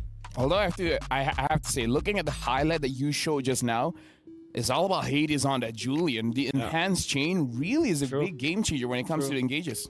I think just with the coils, the enhanced chain, and then JPL throwing in a kick here and there, they always had some way to kind of catch HomeBois off there. Nobody was safe from that composition during that game. Yeah. So honestly, looking at game number 3, it's really about the draft as well, because we've seen game number 1 and game number 2. It's been very, very impactful. Game number 1, it was pretty even between NIP Flash against HomeBois, but game number 2, it was, honestly, in my opinion, it was all NIP Flash. Yep. Now it comes to the question, are they going for that Martis mid again, since HomeBois didn't seem to have an answer, but now that HomeBois have seen it, what's going to be planned? Because like you guys have said, you don't usually see this kind of things in scrims. I think that this Martis in the mid lane is more of a special sword that you bring out on special occasions. Maybe a special China that you chose, that you show when there are special guests. You bring out the nice China when the HomeBois are here. Exactly. So I think might not be repeating that kind of stuff, but if the situation calls for it, they're gonna bring it out. Can I just say I have no idea what you guys are talking about? You know, the special China? The special China that you bring out when the HomeBois come over? Yeah. The good plates? Are you acting now, or it's one of your best plates, like a good design, usually fragile ceramic, actually top of the line. That's what you guys are talking about. Bring out the good silverware. The real silverware for the HomeBois. I only have paper plates. Well, we'll get you some China. All right, thank you very much. And now we're jumping into the draft pick here. HomeBois is going to be the first pick, NIP Flash, second pick here. HomeBois is still banning the Louis, even though they have the option to pick it up, and they're banning out the Moskov. NIP Flash banning out the Chip as well as the Angela. So even though they switch sides, in terms of the ban, not that much different here. Yeah. That means Roger is the priority for HomeBois, I would say. I think this is the actual time where we will know the priorities of the teams. Like, for example, HomeBois, they're first picking the Roger because of the fact that the Harris was picked up anyways. In the moment where they do have the chance to pick up the Harith, will they pick up the Harith? We'll find out. I mean, this is a good opportunity for NIP Flash to kind of switch things up as well, because now finally the side changes. NIP Flash on red side, they get second pick. And it's going to kind of change up. Like, I think we really start back to ground one here in terms of draft, at least. I don't think it's going to be exactly the same as game one, and I don't think it's going to be exactly the same as game two. I do agree with the Roger pickup here now that Ling has been banned out, and then Harith. Oh, they're picking up the Harith. So interesting. At least between these two teams, Harith should be the priority. That's been proven. Ruby Roger for NIP Flash now. The mirror draft. I think they will want to go Cho, actually. Yeah. Cho Roger. But then HomeBois will pick up the Ruby just to fight back. Yeah, that's also very true. So, or Moscow is banned, unfortunately. So yeah, this should be Roger Cho. That's my guess here for NIP Flash. Maybe do they pick up the Ruby? Oh my God, I'm the wolf now. All right. Yeah. I mean, now HomeBois, it's asking Zord. Now that you've seen the Ruby, do you want to pick up the Cho? I kind of personally feel like might as well just pick up the Grok while it's still open. Pick up the Grok and then have an aggressive mid laner just so that you can actually start applying pressure in the mid. What if HomeBois just picks up the Martis? They should exchange. Like, I'm the captain. I'm the captain. I'm the captain now. I believe that the better option, I would say Grok looks good. Edith for HomeBois also looks really good. Pick up a Vex here, maybe? Did they want to get the Odile hero as soon as possible? Oh, Nolan Cho. Oh, they're accepting the challenge. Cho going up against Ruby. And the Nolan, that is tough because the Nolan too wants to dive in, and if you get hit by just one of those second skills, man, it is you're stuck, and that's all Roger needs. That's all that's all anybody needs. Just that half a second of time. Okay. And the Hayabusa pickup here. Wow, this is so. You know what? Both looks teams. Familiar. Both teams might as well just share the same hero pool. Are we sure they're on the right side? Are these drafts are on the right? Oh my God! Well, the AR says so. So literally, HomeBois. This is like the first two picks. Oh, it's not really the first two picks, but the first two picks of HomeBois are the heroes that NIP Flash used against their composition, which happens to be NIP Flash's composition. So we'll. Okay. If Hayabusa wins again, do we just want to say, at least in this match, the Hayabusa is better than the Nolan? At least between these two, yeah. At least between these two, yeah. Or is it all because Ruby? Interesting. That's what Mirko always says as well. Interesting. Interesting. Okay, I do like the Grok. I thought that HomeBois could have utilized that too, but they do ban it. Well, because that was their hero in game number 1, right? That was Sword's hero, so they just banned it. You know what? Maybe they just banned Vexana. Was it Vexana in game 1? It was Vexana, right? For Odile. I think Vexana was game 2. Okay. Odile, I think NIP Flash had Farza in game 1. Yeah, NIP Flash had Farza, Odile had... He had Vex. He had one of those heroes. He had a the mage. Yeah. he had Xavier. Xavier. There you go. So, we haven't seen it for such a long time, and we can't remember it. NIP Flash. I would say banning out the Vexana could be a good pick here. So yeah, Vexana has been banned out. Literally just... Okay, this is what works with us. Let's ban it out. Interesting. Okay. HomeBois, they ban... if they ban Xavier here, I'm gonna... Okay, so it is going to be the Kaja. You're gonna be looking for your mage, probably for NIP Flash. What if they pick up the Edith? Just put the either or EXP and they pick up the Farsa instantly. Okay. It's gonna be their answer, the Farsa. I'm honestly not mad if HomeBois picks up the Xavier Lilia. again. No Grok's banned. For HomeBois, could well be the Xavier, right? Is Aurora fine here? Aurora is great. Yeah. For any of the teams actually, but then again, the Farsa was already taken by NIP Flash. That eliminates that factor. And yes, Aurora is really good against the composition of NIP Flash. Then they will be looking for what? Terizla at the end. Good combination. Have so much sustain, and then maybe the outlier is Edith, but I'm thinking like Aurora plus the Edith now. Or sorry, Aurora plus Terizla for HomeBois. I don't know, man. The Aurora is kind of immobile, so it's a little scary up against a. They go for the Xavier. That's been their lean-to here, man.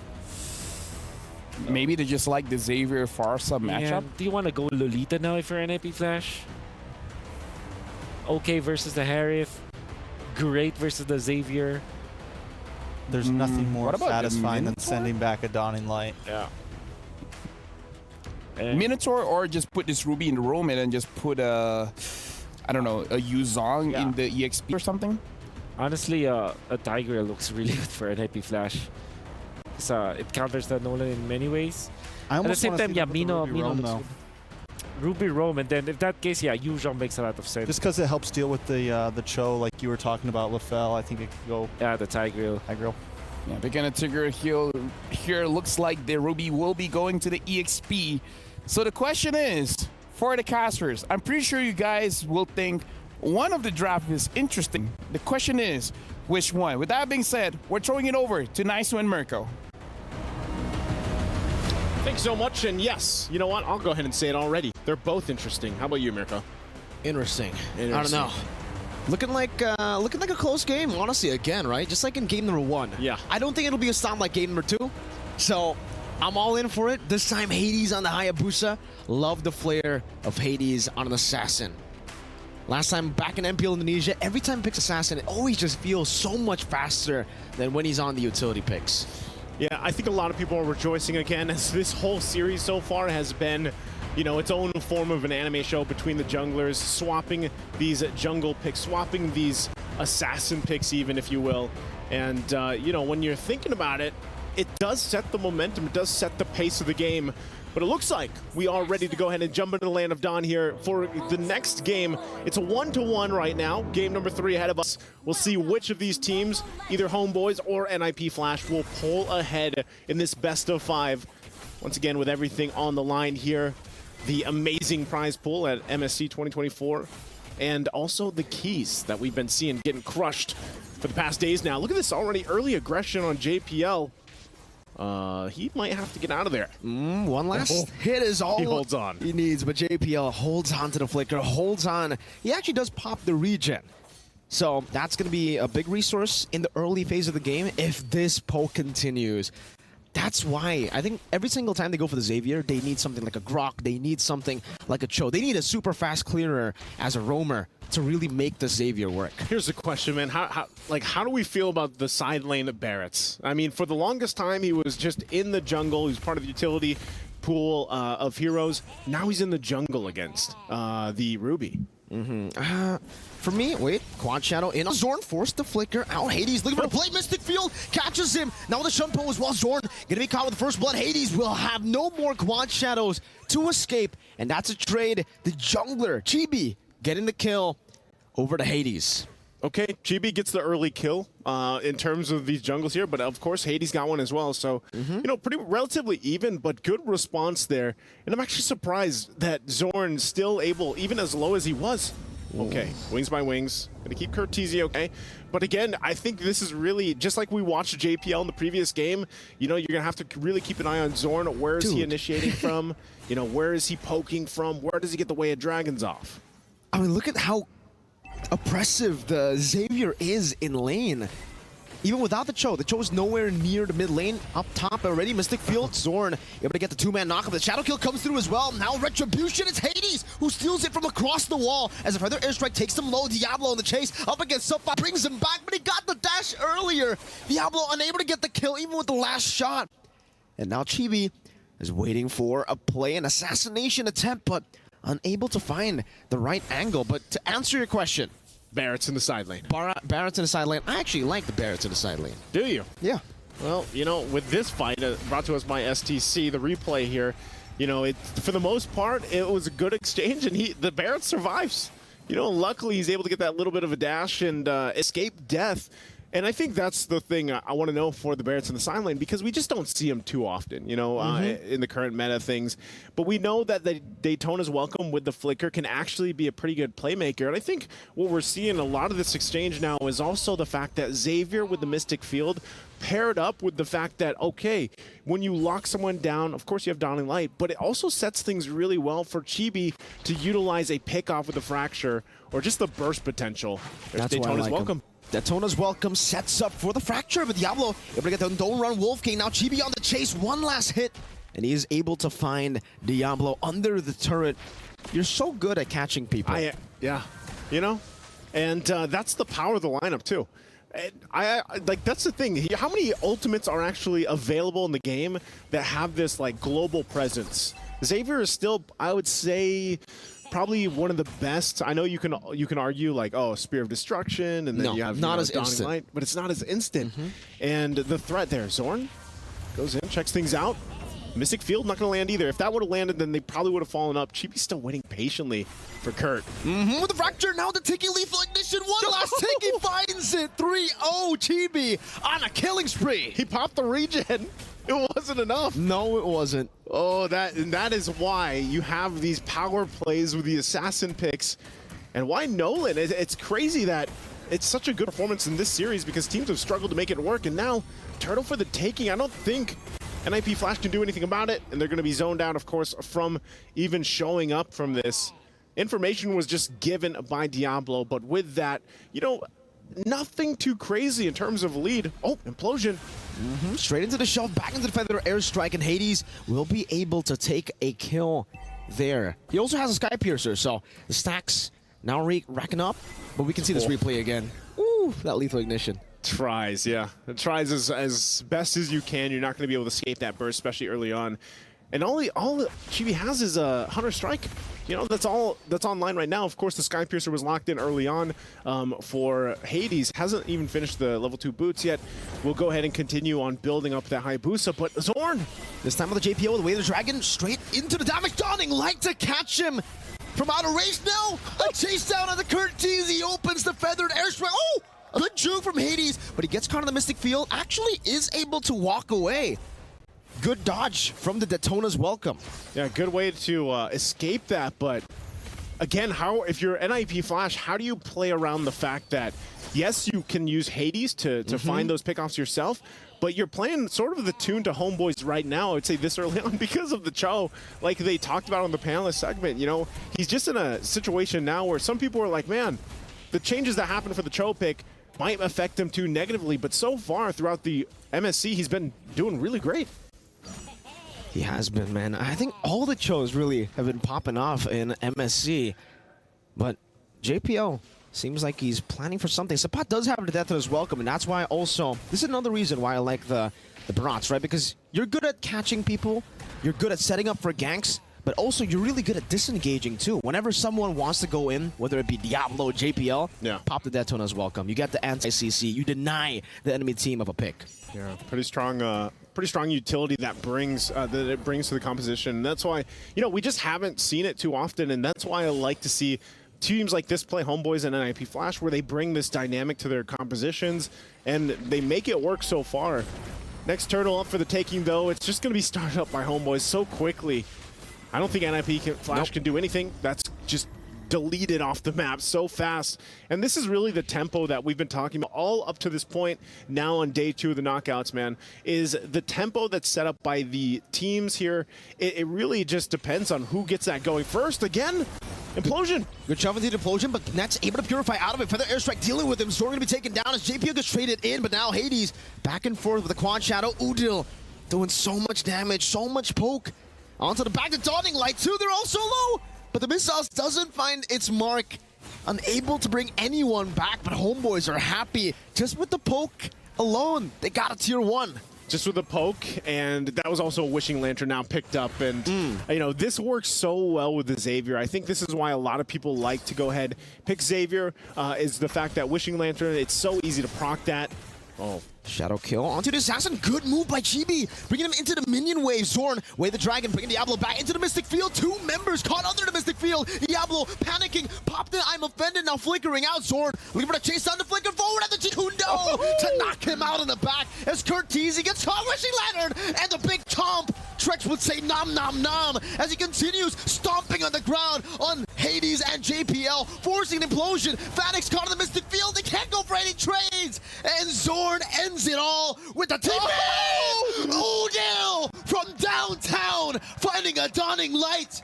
HomeBois in the Xavier again. Talk about the threat. Okay. GB goes in. Desperate Shadow kills Zorn. Finds the way to Dragon, times it well, gets brought back into the Feather Airstrike, but it doesn't matter. Not to the TP King. All right. That's a whole lot that has just happened. If we have an STC replay, I don't know what they're going to replay because The whole 8 minutes. The whole past few minutes here. And, you know, now you're at a point where you're almost 9 minutes in. Lord's now up. And so far, it's been difficult. So let's look at STC replay here. Boom. Okay, we get this. Zorn goes in. Talk about setup potential. So that's one dawning light. And in just a few seconds, you'll most likely see another. We still have this in the replay. But again, a great try to set this up. Implosion as well. And just when you think you're to the safety of your base. Nah. Oh. Mystic Field, 3 members. Chibi now with the Fracture Implosion catching him. Zaman Force Nets able to dish out some damage. Now Zorn is able to find a way to Dragon at the Hades, but it's not enough damage just yet. 2 members taken down. Now the Shadow kill into the Dawning Light. Everybody low, the Wishing Lantern getting rid of him, but Udil takes Hades out, making it a 3 for 3. Udil scouting every single bush he can. And so far, it's just going to be an equal trade. Equal trade, I don't know, man. I know yesterday when we ended the day yesterday, as we take a look at the replay here, we were like, that's the best series we've seen so far. But I got to say, as we go into this game 3, this has been a back and forth between HomeBois and NIP Flash, just like we see from this replay. And why, again, the fact that Xavier is picked up now a lot, it's prioritized in a way where Udil just gets to go ahead and do this time and time again. He's just got the Wishing Lantern and the Enchanted Talisman. That's it. And there's not enough defense just yet for NIP to Flash to deal with this, so we might just have to watch this Lord get taken. Zorn, Jikundo, Detonus welcome on towards JPL, forcing him out of the skirmish. 3-man, I'm offended, but into the way to Dragon. Now JPL looking for the angle to go for the implosion. Unable to go for it, but Vanix takes the kill away. That's spot traded in, but it's a Lord for HomeBois. Yeah, again, I guess the big value, as we just saw with the Barrett's pick, is you're kind of a wall. Like, who's going to go past the big dinosaur, especially when your enemy jungler is trying to get in position? Look at the damage dealt already. For Udil, this is what we're talking about with the Xavier pick and the Wishing Lantern. But now NIP Flash will go ahead and find themselves on this defense. They should be able to clear this Lord okay. They're holding it together, but they are going to lose this tier 2 on the top. Not sure if HomeBois will be able to get much more, as they still have to kind of push that. Lord is now taken care of. BOD gets picked up by Hades. So NIP Flash still in a good position to actually turn things around here. A really good position for HomeBois, I would say. I don't know about the turnaround because, sure, they do have ways to actually win this out, but again, it almost seems like for HomeBois, they are the ones that needed to go just equal. They just needed to match the pace of NIP Flash. As long as they didn't fall behind in the early game, they would have the late game because of the Xavier. And now that they've been able to dominate in the early game, getting into the mid game with all these power spikes hitting together, it just seems so tough for NIP Flash to look for a comeback. Yeah, I think it has to come through a big combo, but even then, you're going to have to bait some of these Purifies out first before you can go for those combos, right? JPL, these implosions, not easy to find with those Purifies. Hades, up top.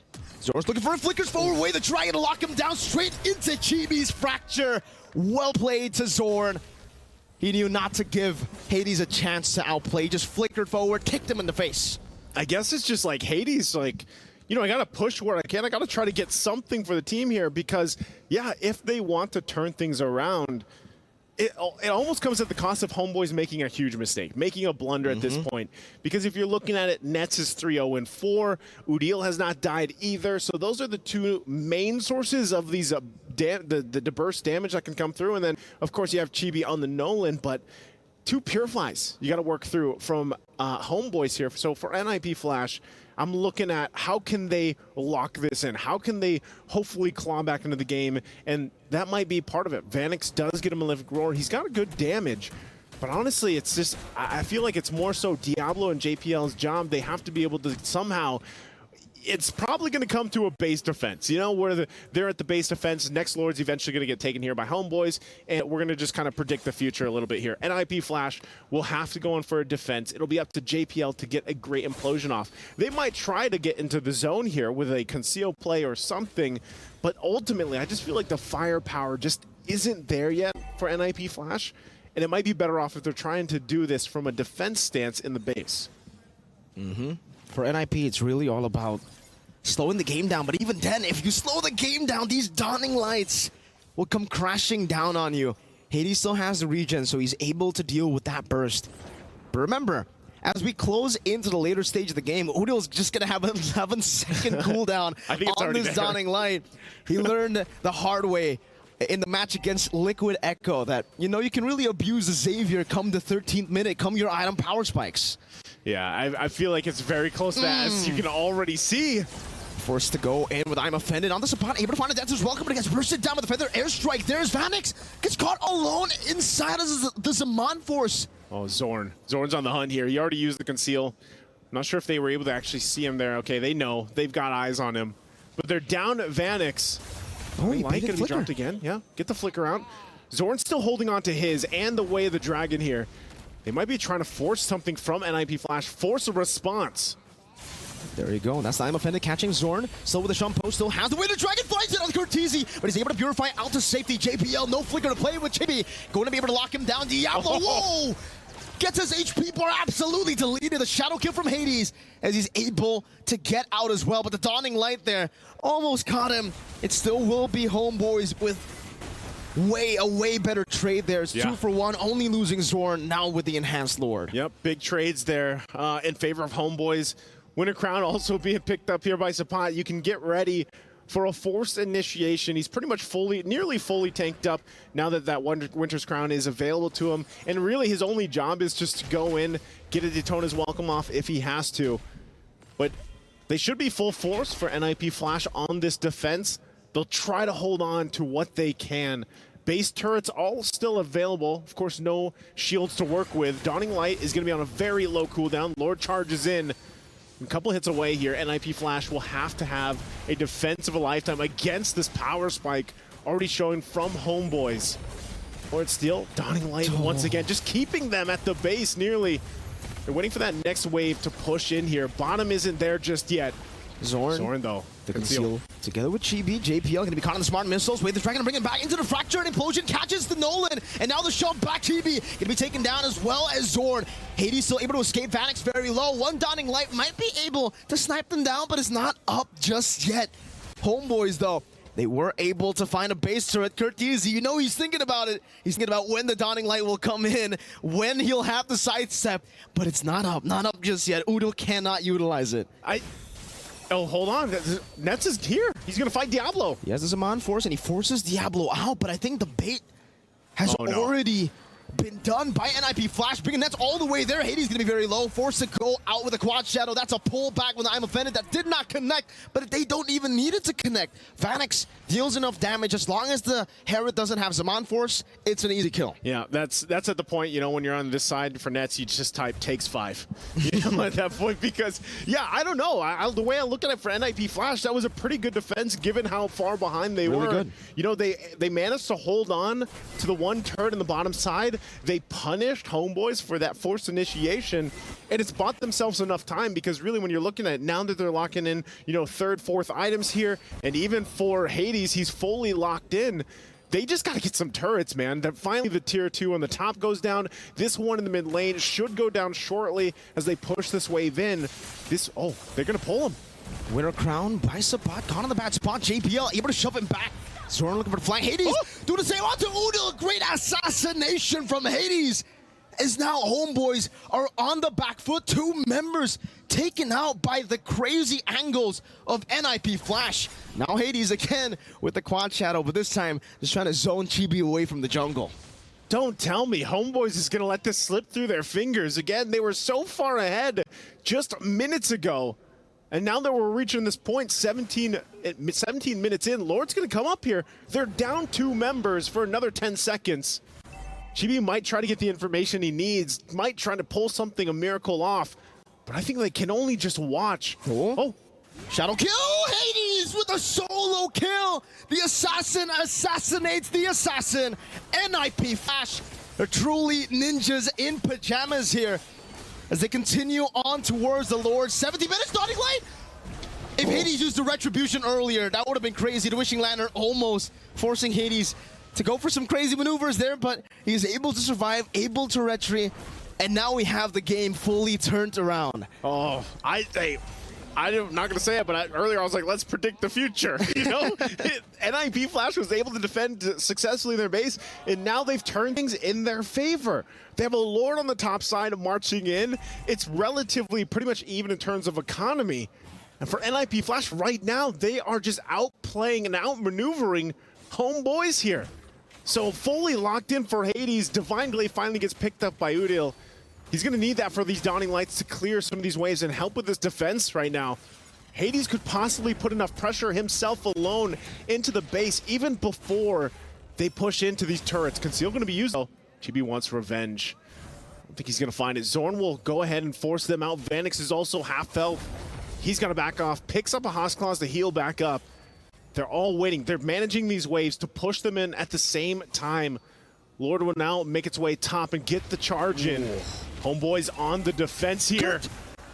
Gonna be slain in the backside there. Meanwhile, Hades in the bottom lane still going for the trade, able to get the base turret. So far, still worth it for NIP Flash as they're still looking for the Nolan. They can't find him, but they got 2 base turrets just based on that crazy play. It's even. 1 turret each. What do you think? I mean, like, HomeBois, they got a kill, but they lost 2 base turrets. That, you know, proactiveness was on HomeBois, and the capitalization was on NIP Flash. Man, I don't know. I feel like this whole series, I've been on the edge of my seat for this one because it's always these assassin picks too. I know they've traded this time around. You know, we have this just a back and forth between the both teams, and now we get into territory, Mirko, where it's like, all right, we've got some immortalities. We're going to have some more winter crowns. We might even see the juggling of those items start to happen here as we get to this point. Trex asked for it, man. He wanted a longer game. Well, Trex, have they delivered? Because now we are nearing the 20-minute mark. That next Lord is up in about 40 seconds, so that will be the crucial one. As we've seen for a lot of these games in there, you'll see it. Curtisy now picking up the Winter's Crown himself. Sapat also has it. And, I mean, there's multiple. There's 4 locked in, 2 for both teams right now. So more defensive items being picked up, too. And that's the thing, man. They're always going to have to deal with these 10-second Dawning Lights from HomeBois. If he's at full stacks, I believe it's 11 seconds, right? So if he's not at full stacks, I think it will be a bit longer.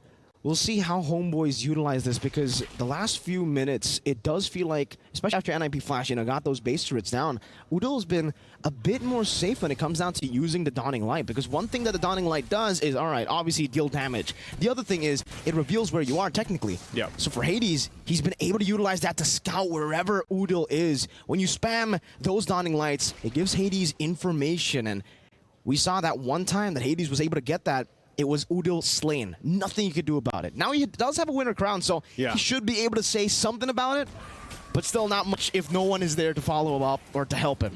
Yeah, he can buy a little more time with it, basically, that Winter's Crown. That's really where that's going to come. But look at the placing here by HomeBois. They might just be looking for a possibility to get the numbers advantage.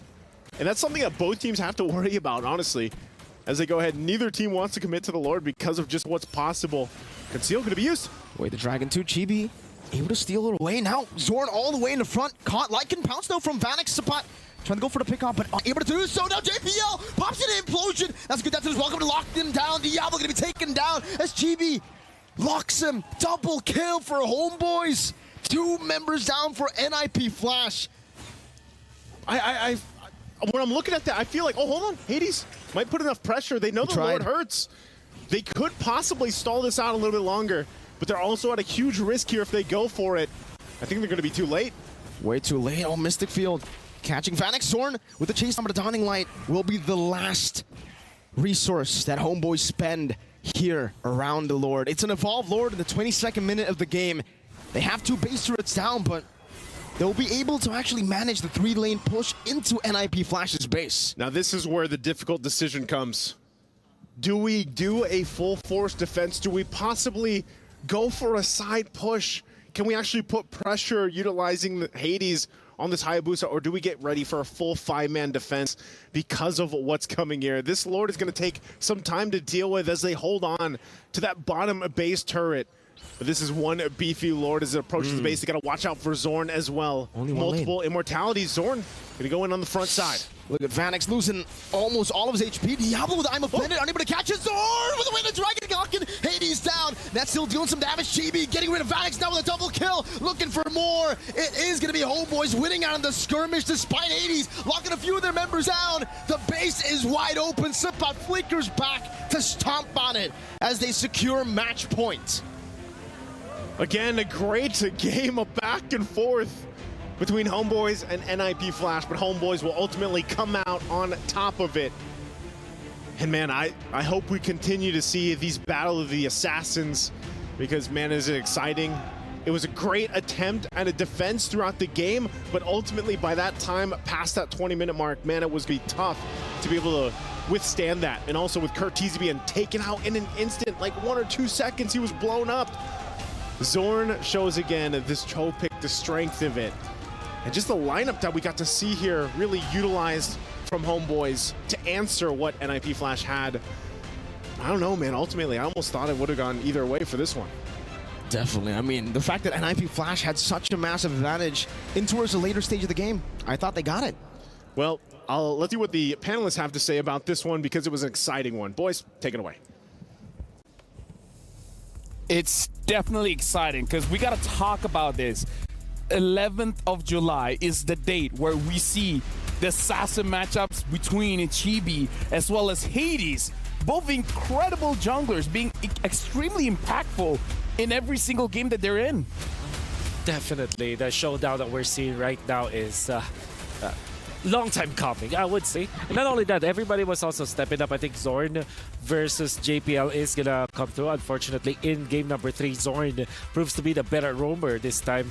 Looking for good angles and initiating for his team in a very good manner.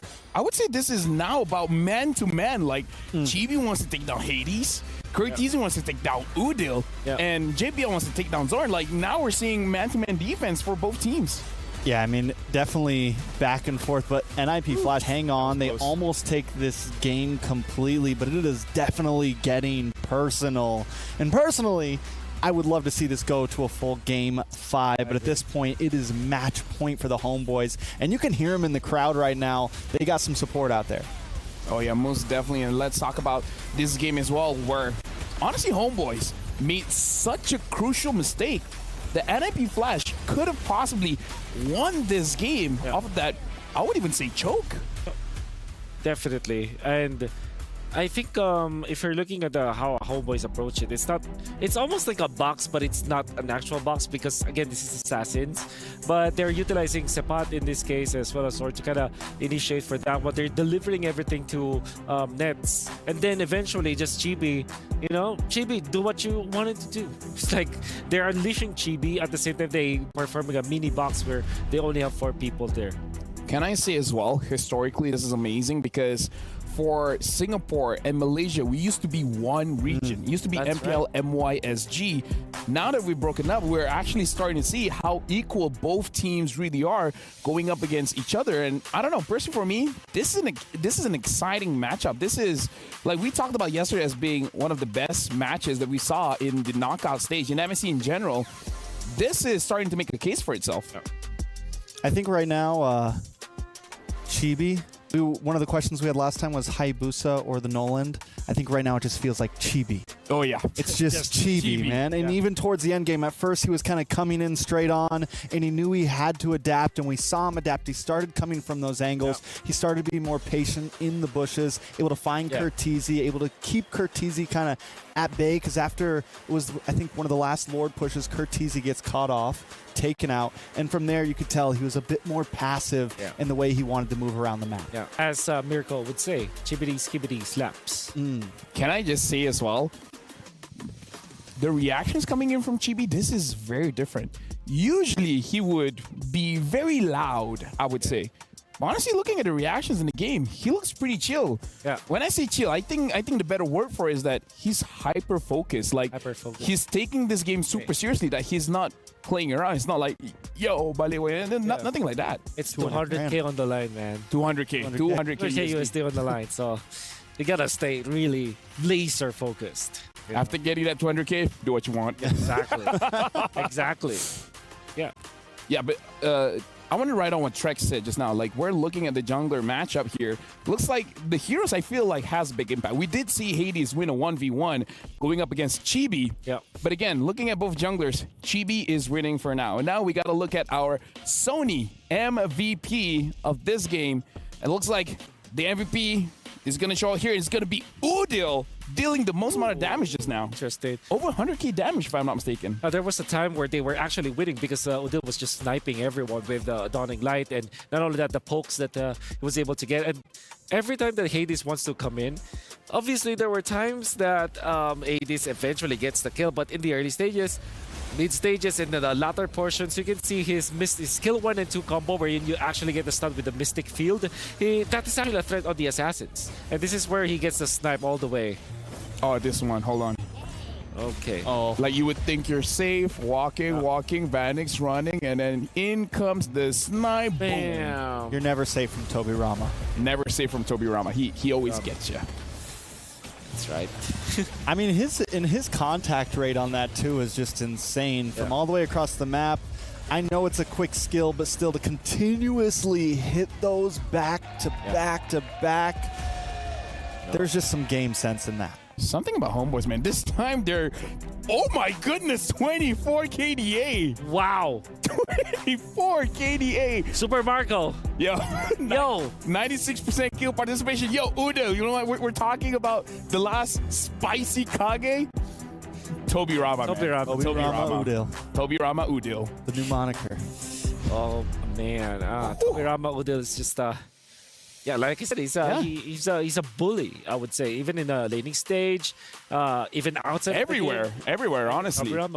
And to be fair, it's been an amazing match. But for now, we're going for a short break. After this, we're going to be seeing the continuation of this match. So we'll see you guys then.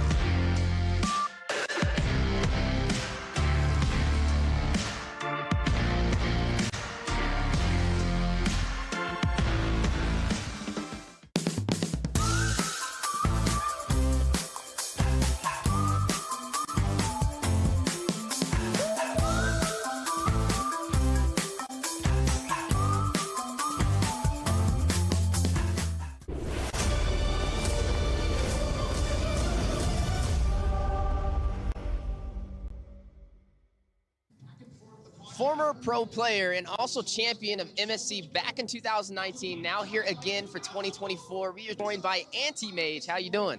I'm good. Well, Anti-Mage, right behind us, we have two teams battling it out, HomeBois and NIP Flash. What would you say is different between these two teams? I think HomeBois plays is normal and play aggressive, but NIP have like cheese strat. A lot of cheese strat because they pick Martis in mid and they pick Minsitar for offlane. Very unique for me. So, between these two teams, you got to be voting for one. Which one do you think will win? Of course, HomeBois because I have my ex-teammate Udil in there. Udil, definitely supporting him. Now, any words of advice to those out in the audience watching, supporting from Indonesia? Don't be sad because Indonesia team doesn't qualify to playoff, but we will be champion in the M6. Ooh, M6. I know Kyrie's listening to that one. Well, you hear the crowd going wild. We're going to sit back and enjoy the show. Thank you so much for your time, Anti-Mage. And shout out to Onyx and shout out to Indonesia as well. Shout outs to Weezy as well as Anti-Mage. Anti-Mage still going for the campaign. M6, you know what? Just wait for that one. Indonesia will perform. But with that being said, we're about to jump into the draft between NIP Flash going up against HomeBois. HomeBois right now is match point. And if HomeBois wins the next one, not only are they going up to the semifinals, not only is it going to be Malaysia going up against Malaysia, but also, Anti-Mage is correct. He says it's going to be a 3-1. Right? That's true. And Oakland also gets 3-1 at first. Oh yeah. Something about players. You know, maybe they should be Maybe they should analysts. be casters. Maybe they should host. Yeah. Maybe we should be players. Yeah, you know what? We should be players. That's where we draw the line. Okay. And now we're jumping into the draft here. NIP Flash is going to be blue side, first pick. HomeBois red side, second pick. So looking at the bans, probably not going to be a lot of change here. Yeah. Angela getting banned out. HomeBois probably having to ban the Moskov, the Louis, as well as the Chip. NIP Flash, they're banned. Will they ban out the Ling? Like, will they try to get the Ling for themselves? Probably. I think at this point, Ling is the red side designated ban. And Yeah, but the Moskov, I mean, like, again, HomeBois, Moskov, Louis, Chip, you don't have any way around it, right? So the Chip, they banned the Ling still. I think they banned out the Ling in game number 1. Yes, they did. Because I think they don't want to be forced to go for a bad trade. One of the problems being on blue side, if you leave the Ling open, a lot of time red side will like leave the Louis open with it, leave the Roger and something else, like the Valentina Roger or something. So it's tough to get that Ling on blue side, honestly. okay. For free, at least. Is this Harith again? Yes, it is. Yes, it is. So you Is go this what? the Roger Ruby? The Ruby baby Roger, there we go. or You know? Hayabusa. Oh, Show. You know, I like it since he already showed that he doesn't care about Ruby. He's like, I'll kick anyone. Yeah. Anyone in the face. Yeah. Kick anyone at any body part. Anywhere. So Martis Grok is gonna be the choice. Ooh. Like the Martis again? I actually like NIP Flash's draft. It's like, you know what? We've won one game. And what do we use? Martis. Martis. What are we going to use? Martis. There you go. With the Grok as well. So there's a lot of damage in mid here. Zorn has to be careful. Trading against Zorn in the Martis early game is going to hurt. I have a good suggestion here for Udil. I hope he picks up the Lilia. But maybe not in this slot. Maybe 4th slot or 5th slot. Yeah, because most likely Lilia won't get banned out. But here's the thing. Oh, Xavier. Xavier. You know what? It works. He stays away. He stays far, far away from the Martis and the This Grok. is Toby so. Rama, okay? Yep. Let him do his thing. And you get the Mystic Field stun. It still kind of gives you some viability against if it ends up being that mid lane Martis again. Yeah. Can slow him down. It can stop the Grok and the Martis in their tracks on those heavy engages. So I think it's a really strong pick from Udil here. What if NIP Flash and HomeBois just ban out all the assassins? Like a Nolan for NIP Flash. I wonder if HomeBois, they're banning out the assassins because they want this Roger onto Chibi and then pick up a Claude for Nets. That's right. That's, or Beatrix, in fact. Or Beatrix. But again, Nets loves Beatrix the Claude. Xavier, that's a lot of long range damage. Or they want to try to force the Martis into the jungle. Oh, Leave yeah. them nothing left for the jungle. So Martis is kind of forced to not be a mid laner here. I don't know what the ban is. Honestly, I feel like HomeBois, if they have to ban anyone, I almost It's between Nolan or Julian, because I feel like Julian is very dangerous as well. Yeah, that's what we saw last time. Exactly, that's what won them the game. No. It was Martis Xavier. Not Martis Julian. I mean. Martis Julian. So it could be a, yeah, could well be a Julian, man. I think that's the right route to go, really. But Take then, out Julian. if you don't ban an assassin, if you're NIP Flash, then you're going to be left with, especially if this is a Julian ban, what happens is if you don't ban the Nolan, HomeBois will just take it, and then all of a sudden you don't have a... True. You don't have an assassin to kind of match up with that. Then you're forced to maybe even go utility or go diving real deep, picking up the Leomord, picking up the Bane, picking up these fighters in the jungle. Or just put the Martis in jungle. I mean, that's... I know it's a little crazy, but, you know, that could always be... No. We don't No know tracks. here. Yeah, you just... My bad, sorry. No. That wouldn't make sense. Martis is in the mid. Get this in your brain, okay? Martis makes most sense in the mid. MM. Martis mid. Martis mid. Yes, there you go. Now you understand. And that's the guy that's... Now you can go and cast in MPLSG. There you go. Okay. Looks like Is love? NIP Yeah. Flash. They bet on the Ruby. Midstar and the Barats. They pick up the Ruby, they take it away. I believe that Terizla should be the pick here for NIP Flash. Or do we want a spicy Diablo pick, like a... By the way, just say Batang. HomeBois, they did battle the Nolan. Oh, so it's Ooh. Benedetta and the Gwyn. And Baby Gwyn. All right, Oh. Benedetta and Gwyn. So again, Martis mid. Just saying. So Ruby, so they're looking for a marksman. Or maybe... Or maybe a jungler, because again, the Roger could be That's marksman. Yeah. Could They're they pick facing- up something I like saw- the Claude here still? I or- saw Coach Pops asking for help there, so something might be going on. But either ways, one more pick for the side of HomeBois. And again, that drive is pretty flexible, because even Ruby technically could go to the gold lane. So Yeah. anything could happen with their draft at this point. Like a Kufra, you know, for Zorn. Let's pick Kufra. How do we feel about that Guinevere? So Guinevere jungle most likely, Martis mid. We did see Hades play the Gwynny in group Oh, the stage. Claude. Okay. The Claude, yeah. So looking at the composition from HomeBois, they do have the pre-linear movement where early to mid to late, like there's a very clear condition of how they want to play for this one. But again, this time Diablo is on that damage dealing Benedetta. We'll see if that makes an impact. With that being said, the draft has been completed by both teams. And with that, I hope the casters are ready, because we're throwing it over to you guys. Thank you, gentlemen. Oh, we're ready. And this one definitely looks like they want to unleash a Diablo. Great to see the Benedetta come to play here. But yeah, again, it's me, Nice to joined here on desk with Mirko as we bring you possibly the last game, unless some way, somehow, this lineup can bring it to a game number 5 ahead of us. As with everything on the line here, both for NIP Flash and HomeBois, their keys, the chance to be one of the top 4 teams to round out MSC. We jump into the Land of Dawn once again. Game number 4 here for NIP Flash. We're going to have to look. I still think, you know, a lot of people are probably, okay, we like the Martis in mid after what we saw before. I think a lot of people will be happy with the Xavier mid too, but Curtizi already pushing the pace in the early parts of the game. JPL going to be very low though. Udo spamming out the skill ones, the reds. Now the Mystic Field, Kurt with a flicker forward straight into the Mortal Coil, but he's unable to get any of the executes. Decimate is level 4, but Diablo, the Devil now trying to go onto Udo with the Eye for 9 to petrify Diablo. The lethal ignition to take Zorn down too. The Singaporean Devil strikes, but now Chibi goes with Lycan Pounce. Diablo still able to escape with the Mortal Coil from Curtizi. NIP Flash with an extreme advantage all the way in the first minute. Hey man, Udil didn't like his name. No. You saw it in the video. He asked him, what kind of name is Diablo? Well, what a move there under the turret, already on a bit that he came all the way and rotated there to go and get that double. Great communication from NIP Flash.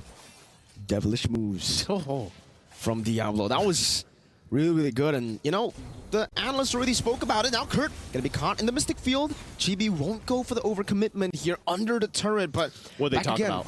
Analyst panel, they were saying Diablo is on a pick, on a damage dealer. Expect Diablo to do Diablo things, and we got Diablo doing Diablo things in the first minute of the game. First minute of the game, gets that double kill. You know, he's also rolling with the Lethal Ignition emblem. So there's a lot of surprise pressure, I feel like, because honestly, we've, like, for the XP lane especially, it's been pretty standard. Oh, already, look at this. Clean eye for an eye to get out of the dome round. Wolf King Supa won't be able to participate in the skirmish now, and Zorn, we force back, it seems. There's no way they can go for this final slash to petrify. There, Chibi gonna be locked down, still able to escape with the Lycan pounds as Zorn gets caught. Decimate one last hit, and he slashes him to bits. Chibi gonna be caught again. Hades finding the projectile eye for an eye from Diablo. He's mad about the name call, and Udil will be able to escape, getting the Mystic Field. Sapat now running away. Diablo still trying to run. That final hit from Sapat gets him down, as Hades will have to respect Sapat here. Together with Udil, he won't be able to steal it away, but JPL does force it on Sapat? Yeah, Sapat got it. So at least it goes to HomeBois, but yeah, after everything we just said about Diablo, and then he goes, and it looked so close. It looked like he should have been able to get that kill on Udil, and maybe, yeah, you know, he's like, hey, here's the reason why I am Diablo, but ends up getting punished instead. So at least puts it HomeBois on the board, but ultimately, NIP Flash has gotten themselves a pretty big lead this early on, 3 minutes into the game. And so they'll find themselves playing around the momentum they built themselves. And this is one of the things, even with the Guinevere, we haven't talked too much about Hades on this Guinevere, the amount of CC that this hero brings to the table with everything else, I mean, even for JPL, is already enough to deal with a lot of what HomeBois wants to throw at them. So, you know, that's where, again, you kind of have to rely on, Zorn. Oh, and he's going to be chased. Good Violent Requiem straight into the wild charge and the Decimate from Kurt TZ. That's almost like the perfect alley-oop. It is. Right into the Decimate. Look at this top. Oh, Flicker Decimate from Curtizi there. And the rest of the team will be able to help him with the Mortal Coil to grab him a killing spree. 3-0-1 Hades with a Thunderbelt. And it seems there are no trades available for HomeBois because of just how oppressive Diablo is on the Benedetta. Cutting in the bottom lane, now using Final Slash, or Final Blow rather, to get out now. He's gonna have to time the eye for an eye perfectly. Dashes again, Petrify. GB looking for the pounce, but the eye for an eye to outplay Diablo in the bottom lane. Outplaying Chibi, forcing him on 0-2 on top. Violent Requiem straight into the alley-oop. That's the Decimate. Curtizi able to escape with the Mortal Coil. Perfect timing for the turtle. Talk about timing. They're also just going to force Zorn out of here. But man, great team fights and just like these little skirmishes happening across the map. Diablo, though, again with this Benedetta. I'm surprised we haven't seen it on him, you know, even earlier in this series, but it's great that they pull it out for this game because as we look at their STC replay, boom. I mean, nearly shattering the replay as well. Great setups that are coming through here, and really, Curtizi before this, I believe, just picked up the Sky Pierce. You can see how good they're feeling about that over in the camp there. And again, you know, it goes back to it. The Decimate Sky Piercer is going to be deadly for HomeBois to deal with. Udil at this point is now picking up his Enchanted Talisman, and this is where we start to see, you know, a little bit more of those spamming of these abilities from the Xavier once you get that available. And they'll go ahead and just kind of try to slow things down a little bit. Unoffended going to be used. With the way the Dragon, but it kicks him all the way to the other side. Good Mystic Field, though, as a Violent Requiem will be used up. Hades able to escape Zorn with the Flicker Fold. Hades! The outplays continue for NIP Flash, even dodging away from the dawning light as Vanix gets rid of Chibi on the other side, forcing Blazing Duet from Nets, who's unable to really lock anyone down. NIP Flash are absolutely styling on HomeBois. I thought these guys are absolute ninjas. They're ninjas in pajamas. Look at the replay here. Hades, how does he survive this in Zorn and punches? And then he did sidestep. He just took it. He just took it and still survived. Oh, again. Man, NIP Flash. They're playing this game with their hearts and everything else on their sleeves. Petrify instead of the final blow straight into the Requiem. Supply gonna be very low. Diablo one last slash to take him down. 11-1 now. NIP. Cool. This is just a. I don't think you could ask for a better start for NIP to transition to this point of the game. They still have third turtle to go through, And they're well on their way to just going ahead and sweeping the Turtles for now, 3 for 3. Putting some pressure there. Once again, going to go ahead and chase Diablo. Should be fine. Again, Benedetta very hard to catch, especially with the eye for an eye and the Electro Final Blow. And now they'll go ahead and just hold it down. Dawning Light going to be used, but that's going to be the objective. Turtle secured here by Hades and the turret. And Vanix will just push Nets back. Wild charge into the spatial migration and the Requiem into the Decimate. The alley-oop skibbity Decimate. Yeah, that's what it feels like, right? You're just watching it happen in real time, especially with the Guinevere pick. This is a lineup, again, that a lot of teams throughout here for the Midseason Cup have not been willing to bring to the table. It takes a team very special like NRP Flash to make this work so well. And they're going to go ahead and continue to play with the fact that they've gotten themselves nearly a 8,000 gold lead. Dawning Light already going to be used. And they get that turret, that tier 1 already. Zorn. Oh, what's he going to do here? Vanix has the Purify, doesn't even need to do it now. Oh my god, again, the Requiem into the Decimate. It does half of Nets' HP. And Diablo gets spotted out. He does have the eye for an eye, will be able to escape. Sapat unable to go for the chase, but every single time, even when HomeBois are actually in range, they have so many anti-CC abilities. They have the Mortal Coil, they have the Power of Nature here for JPL. Look at him, he's just walking up, now into the final blow. Ooh, he's gonna be caught again, Diablo. He's taking that interview answer personal. They are taking it more than personal. At this point, they're taking everything also on the map from HomeBois. Still 30 seconds away from this next objective, the Lord here. But HomeBois, they can't do anything. They have nothing. No turrets, no turtles. I mean, nothing across the board, aside from the one kill that they got earlier on. And they'll just have to watch the bases and the turrets be destroyed and worked on here. Right now, NRP Flash are massively ahead. 10,000 gold at the 8.5 minute mark is absolutely insane. And they're playing so in sync. As Curtizi picks up the wings and again, still putting the pressure in the mid lane. GB. Oh, that's a good secure from Udo with the orange buff. Chibi almost getting caught, but he's still able to get out. It was just a Petrify and a final blow committed. Now they're on the Lord, and it should just be for free. NIP Flash securing a Lord in the 9th minute with 14 kills to 1 and a 10,000 gold lead. Man, again, you know, as we've gone through this series, it's like, it's been somewhat close, but there's been a couple games now where it's one-sided like this. And that's a Holy Crystal also picked up. Uh-oh. Spatial migration into the Violet Requiem, and that's the Decimate that we're always waiting for when they get these combos. Man, that's not Levi Ackerman, that's Curtizi. That's Curtizi. That's Curtizi right now, 7-0-3. Just absolutely massive on this mid. Martez again. They're going to go in. Spatial migration, eye for an eye from Diablo as he pops in final blow. He doesn't have the Petrify, so no combo just as of yet. It's a 1,000 gold lead, or 10,000. Oh, 11K actually, 1,000 plus 10. Yeah. Quick maths. Quick maths. NIP Flash, as they continue to try to bait out these holy defenses with the minion pushes that are a bit staggered. Lord up top with another wave coming down as well. JPL, a good barrier to place them in an awkward spot, but there's no real follow-up, and they will not go for anything too crazy. Not just now. Not just yet. Shields are all going to be popped, I believe, even the bottom one. But, you know, it's HomeBois trying to hold it down together. Another wave going to be pushing in. There you go. Patience, Diablo. Eye for an eye, missed time, can't take him away. The Dragon now into the Lycan, pounds the shutdown, but the Violet Requiem catches them in the back hurt. That's one. He's looking for more. No one's low enough. Kurt forced to flicker out of Chibi. Get very, very low. Hades is even a body block for Vanix as he takes some of those shots. 2 for 1.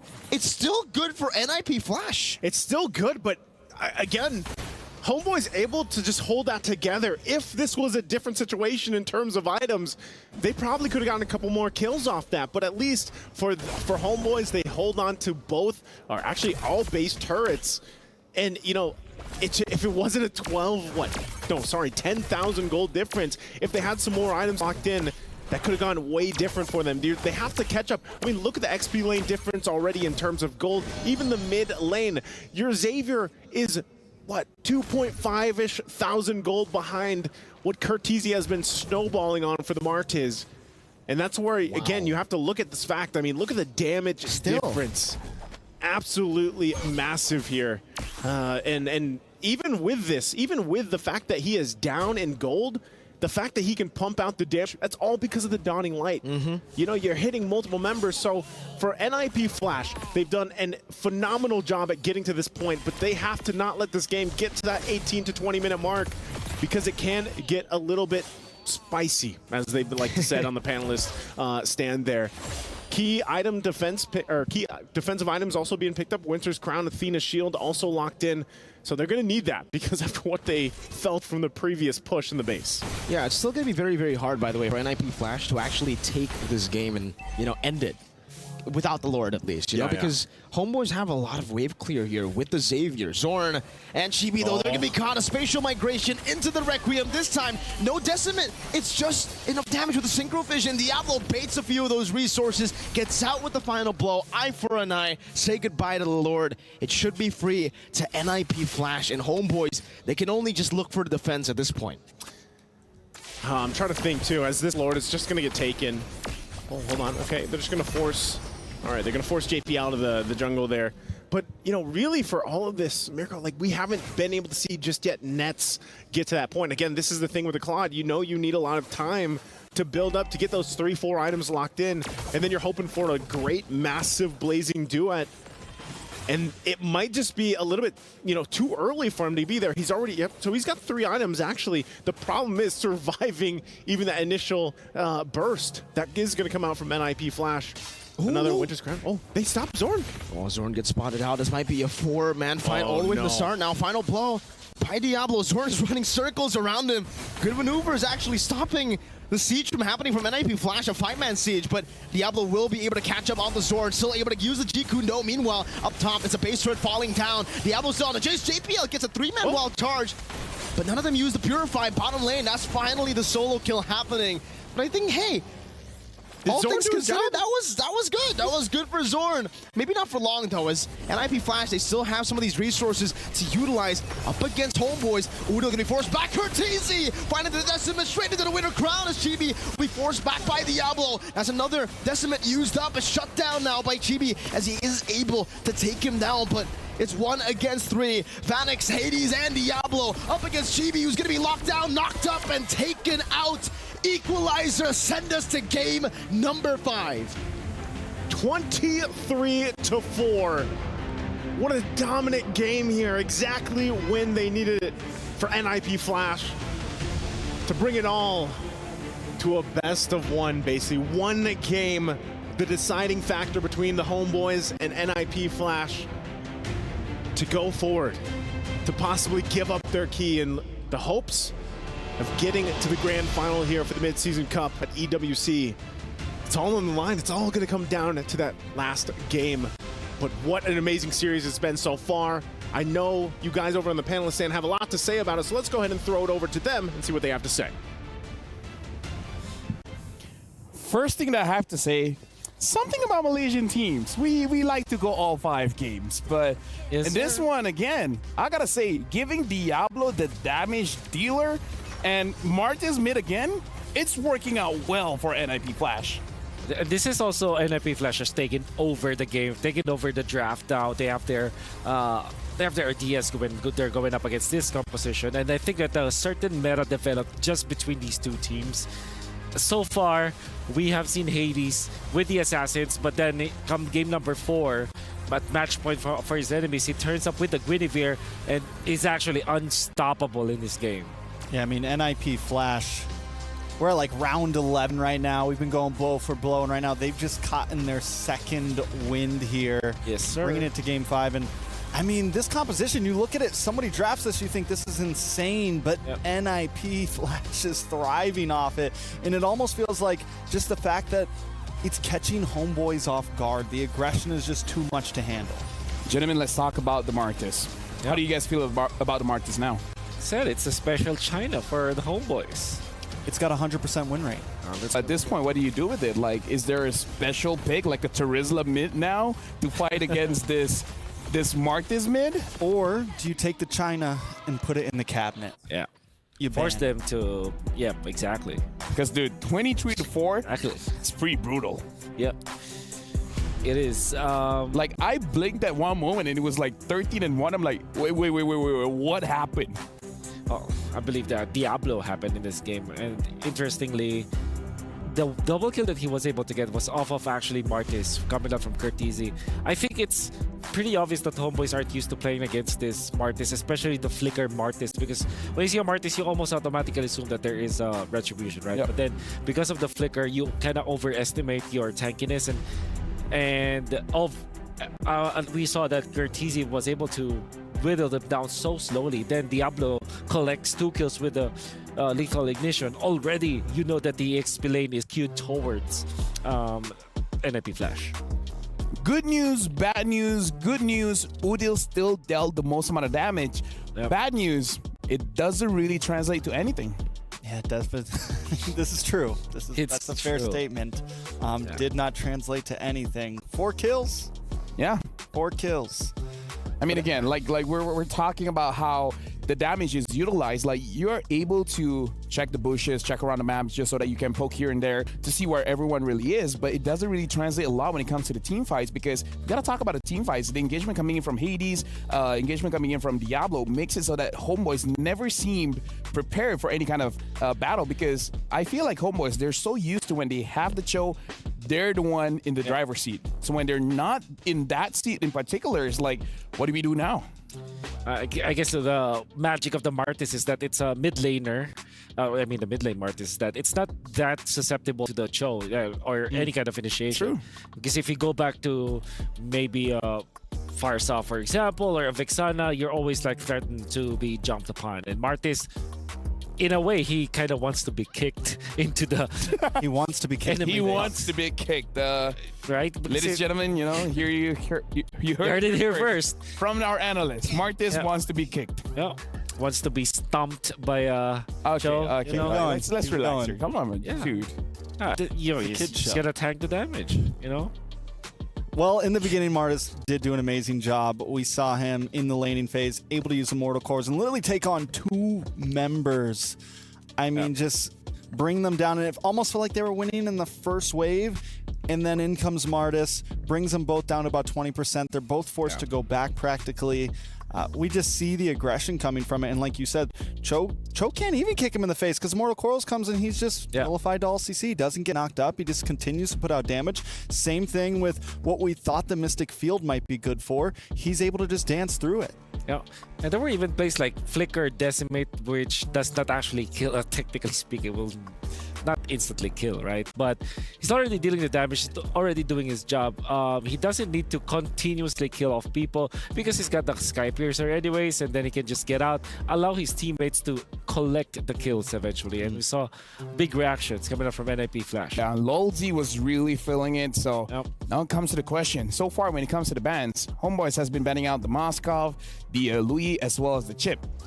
Is this that time where you take that risk and you don't ban a Moskov? And this sounds crazy, but maybe ban out the Martis, or let them pick up the Martis, but don't pick up a Cho. Pick something else, like a Minotaur or something.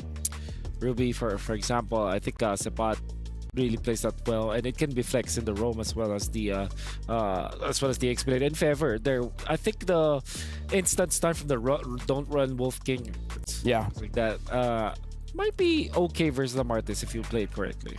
With that being said, we got to look at our Sony MVP. If I'm not mistaken, it's going to be Hades here. Again, showing up with a Guinevere jungle. The engagement coming in from Hades, I feel like the tempo coming in from NIP Flash with this particular pick is incredibly fast, and this is their specialty. We don't see other teams picking up this Guinevere in the jungle. Yeah. The last team that I saw was Team Liquid Echo, actually, a few days ago. Or was that yesterday? Or was it literally yesterday? It's all blending together. It's been a long week for me. It's been a long week. Yes. You are a little bit tanky. I guess you're tankier than most assassins. You're okay when it comes to your damage, especially if you land those knockups, and you have a innate CC. Then you can also check for your team with face check. You can use your first skill, spatial migration, to check. You can check bushes, and look at that play coming from Hades, holding his ground. What? That was when I knew. That was when I knew the game was over. Yeah, right there. All right. The big thing about it too, though, is normally the Guinevere, what Guinevere suffers from is, mid to late game, she starts to fall off a little bit because she goes in, she tries to get the Violent Requiem, and she just gets shredded down by the enemy team. But when you're 20 kills ahead, Yep. you know, they can't do anything to her. Yep. And she's just able to continuously dive, and collect a 16 KDA. As Miracle and Nice would say, they were ahead 1 plus 10. 1,000 gold plus 10. Yeah, 1 and 6. 1 plus 6. Yeah. So, Look at what Is you it- did is there. it- is It's it really just, it's like a blue scale of death. is it just me, or am I getting dumber when I hang out with you guys? Whoa. Well, I feel like you my doing all IQ right? is going down. I know we're close to HomeBois. You know- Maybe you know what they say, like 10% of 0 is still 0. a loss is still a loss. It's all perspective, though, as All about- Bo would say. Yeah. All HomeBois about want to win, attitude. they can win. But if they want to lose, they can lose. Yep. Right. You know what? I need some help Shut here. Steph Weezy, could you like find someone to talk to? Maybe General, perhaps? Steph Weezy, the stage is yours. All the way since the beginning of Mobile Legends Bang Bang, M1 to be exact, top talent, a KOL, and a pro player, Gosu General has touched down in Saudi Arabia, Riyadh for MSC 2024. How you doing? I'm good. How are you? I'm doing great. How was your flight? My flight was very comfortable, but the taking Uber to come, the venue was crazy. What about the weather? Is it hot here to you? Very, very hot, guys. You can't expect that the weather is super hot. Speaking of hot and heat, things are heating up for MSC 2024. A new patch just dropped. How do you feel that affects teams? I think that I really like that the Sky Fiercer coming out, and then it turned to the Assassin meta slowly. Glad to see the Assassins in MSC right now. It was been a long time to taking the tank junglers only, but nowadays Assassin and you things there. I'm so excited to watch the MSC right now. And that's what I've been excited about. Seeing all the Lings, the Fannies, the Rogers stepping back into the scene is definitely something that we all enjoy. Speaking of enjoying, any words out there to the audience enjoying MSC 2024? All right, we actually didn't expect that the NA team is lost and like this, but hopefully we'll be the stronger and come back later. You guys can look forward for the upcoming, the new strong team from the NA. That's right, guys. Enjoy MSC 2024. Shout out to your favorite teams. And Gosu General, thank you so much for spending your time with us today. Enjoy the show, and we'll see you in the stands. Thank you. Thank you very much, Steph Weezy, as well as Gosu General. Hope you guys are enjoying the match so far because, again, it's 2-2 from a best of 5 all the way to a best of 1. Is it weird that I'm all too familiar with this feeling? I just went through it yesterday, man. I already took my meds. You go through it every year, though, don't you? Yeah. You're like comfortable with this. You think you Yeah. could adapt. Actually, M4 no. was, there were a lot of best of 5. Went 5 games in M4. You know, apart from that, that was actually the last. This let me just say, this job does have some health hazards. Let's just say that. Yeah. For me. I just want to say a big shout out to General. It's Game 4, G4. It's almost like it was all, you know, part of the plan. It's the will. Is his nickname like G4 or something? It's like the catchphrase of Gosu, Team Gosu. You never seen the emote, the little General emote? G4. Want to talk about the draft? Right. It's not up yet. Yeah, it's not up yet, but you know. Oh, when I go on a tangent, then we... You gotta bring it down to Southeast Asia level. It's like- Either ways, before going into the draft, shout outs to Leo as well as Gideon. You know what? Great friends. Gideon, a fellow Malaysian, I'm pretty sure he's feeling the pressure. Another G. Yeah, another Gideon. G. Another HomeBois, okay, HomeBois first pick at this point. HomeBois blue side, NIP Flash, red side, Moscow ban out, Angela ban out. So I don't want HomeBois to ban Louis at this point. Like, save one ban just in case for that Martis, or have some kind of answer, because okay, Oh, the ban yeah. on the Louis. What? I don't see a Martis ban on there yet, though. They've got one And they more haven't. choice. They must have something. But the open. What the lane if is open they right pick it? There you go. There you go. The China is now back now. In the in cabinet. the cabin. All right, at least I Covered. called the Martis ban. Yes, sir. Ban out the Ling or Roger here. I Let it be known that No, our you're both friends open, from right? Malaysia and Philippines have been giving us a lot of offerings. Valentina ban. And, Oh, what else thank do they you. have? Ooh, they leave the Valentina open as well. So HomeBois either gets Ling, Roger, or Valentina, but no matter what, NIP Flash gets both in response. I feel like they opened the Valentina because they think that HomeBois is going to pick up the Ling, right? That's right. So this should be Ling. And But I think HomeBois and then Roger have shown Valentina? us that they could when pick up Ling the is Val- available, they will pick up the Valentina first. Actually, no, they pick up the Ling. Yeah, they pick up the Okay. Ling Wolf. Understandable. I think at this point, HomeBois is just like, we got to take the risk. Yeah. Risk it for the biscuit, baby. To be fair, Ling's not that much of a risk nowadays. No, I mean, like, what if they pick up the... Oh, they actually pick They're up gonna the give Valentina Valencho. Cho. Valencho. Okay. Roger Turizla? Pick up a Glock here? Teresa's just. If they pick up Roger Teresa, this is literally HomeBois cosplaying Falcon Sabi brand. Is there anything wrong with that? Nothing. You're going to at all. cosplay any team. Exactly. You cosplay Liquid Echo. Like, oh. You're. Wait, what? I mean. Nothing. Yeah. Okay. Yeah. If didn't get it. I would It's like okay. You know. I would like to cosplay as Badang, but What? I can't. I don't have the With that requirements. attitude, you Yeah. can't. No, I feel like it's more than just I the thought attitude. you said It's more than just the It's more than just the attitude at this point. But anyways, Ling picked up here. Yep. Farsa getting picked up here. So Farsa going up against this Valentina, and they don't actually take prefer the the Arlet. Okay, so Can I say this I- is an actual Liquid Echo. Awesome. I told you. Yeah. Don't fight. You're going to fight. You're gonna fight. Oh, okay. So the benefit of this for NIP Flash is that they're giving Diablo the option and the opportunity to actually show himself. And that means that you should ban Teresa nonetheless if you are NIP Flash here. No, I do agree because having, like, here's the thing. I kind of want this Arlet to be on the EXP with Sapat, because Zorn with the Arlet, he's very all in. Like, if I go in, I do good damage, great. If not, then he's gonna be the one dying most of the time, because we see whenever HomeBois is not doing well, it's usually Zorn that's not doing well. So I don't know, maybe pick up something a little bit safer. But I don't even know what's safe, because if you pick up the Grok, it's going over to the Valentina. If you pick up the Minotaur, it's going over to the Valentina.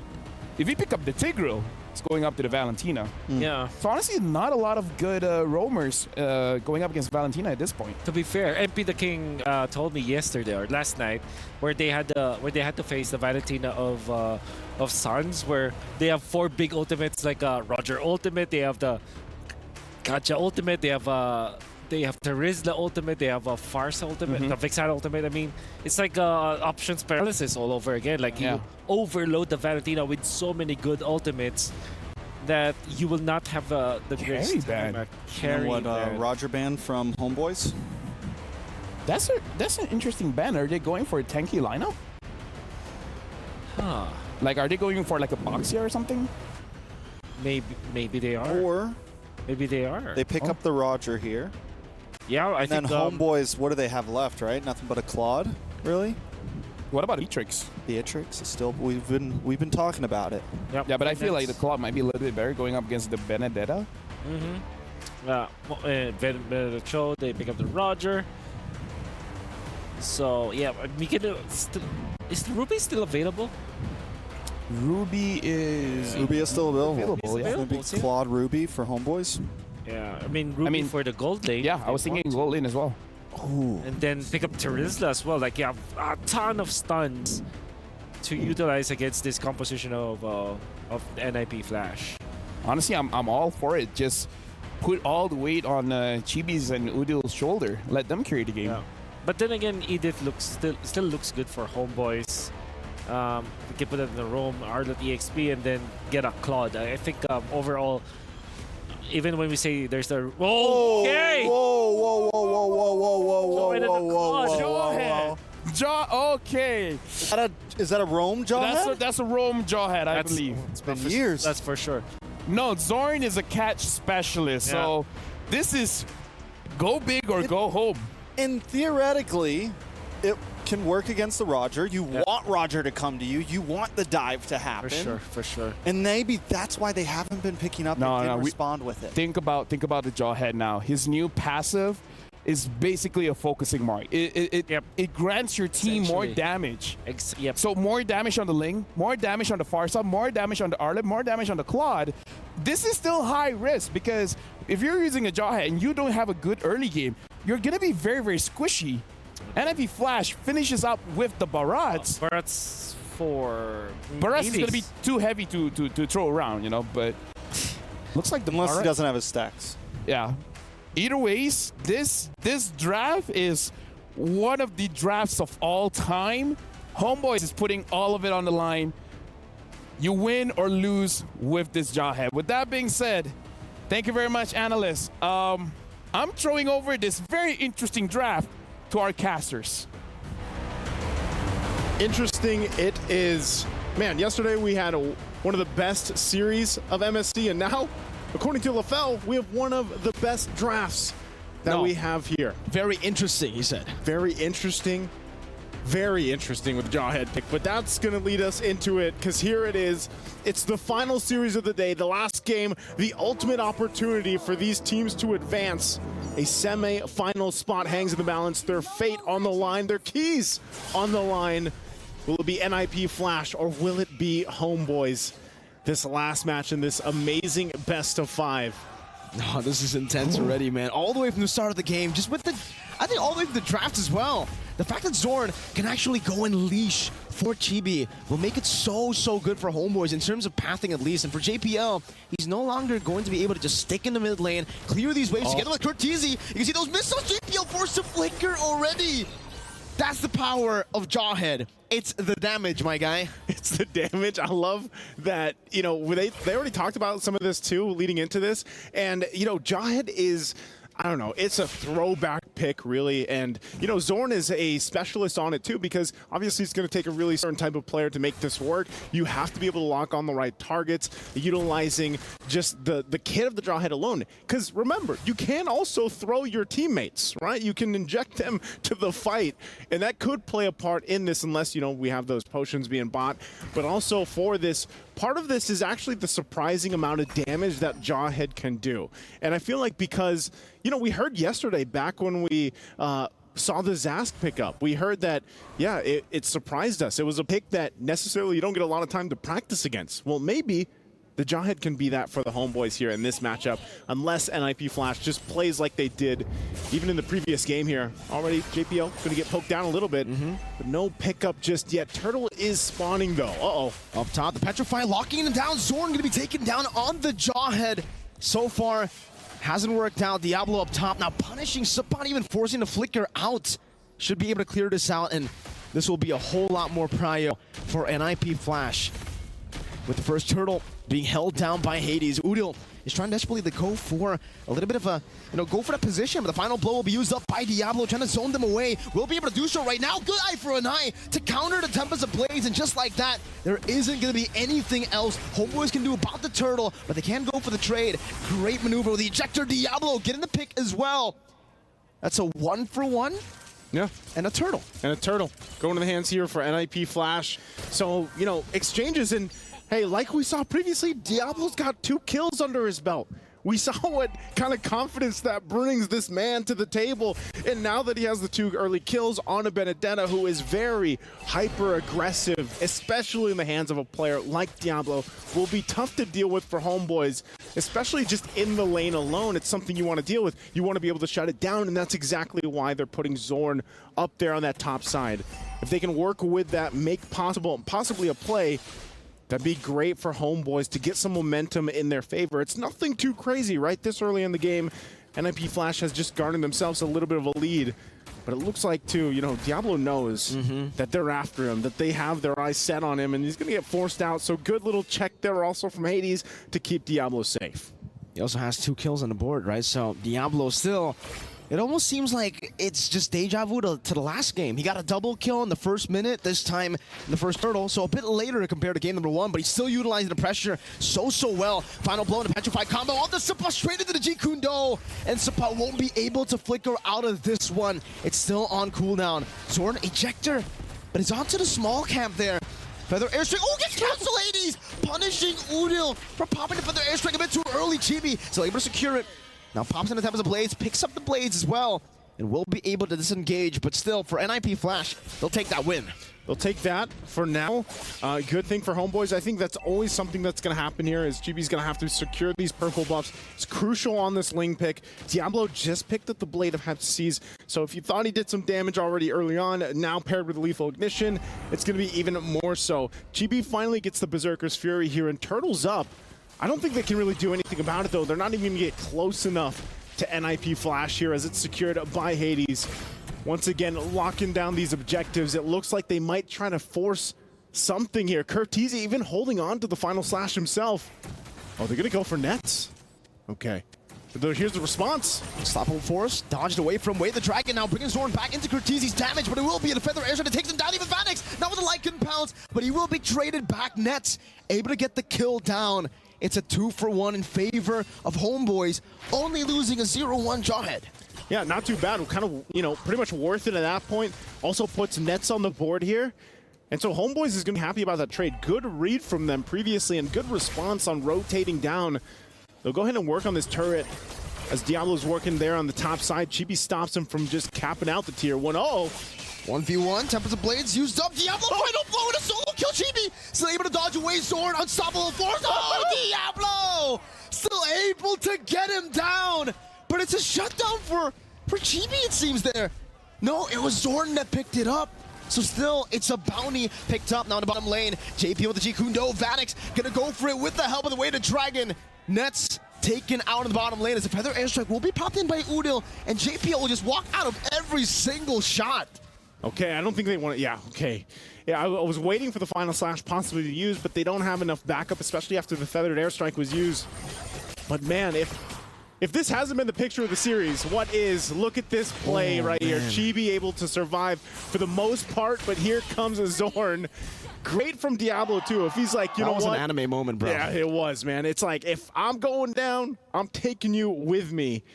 And that is also just going to help them out further, but at least for HomeBois too, they kind of need those moments where they're able to get some of these kills if they can find them, because of the fact that now you're looking at 2,000 gold now in the hands of NIP Flash to work around with ahead of HomeBois. You can see the glowing wand rush for Udil is helping him out here, but it comes down to poke. But still, it seems like if he's only able to hit one of those shots, NIP Flash, they can just regen back up very easily. And the fact that they have Diablo in the side lane means that they'll have auto pressure almost every single time. Auto prio in the sideways, because even Chibi, he wasn't able to 1v1 him. Hades walks up after he secures the turtle, pops into Retribution. Zorn gonna be brought back. No, dodges away, pops in the ejector to get the movement speed to get out of those missiles. Yeah, I mean, to get brought back, Final Slash gonna be used.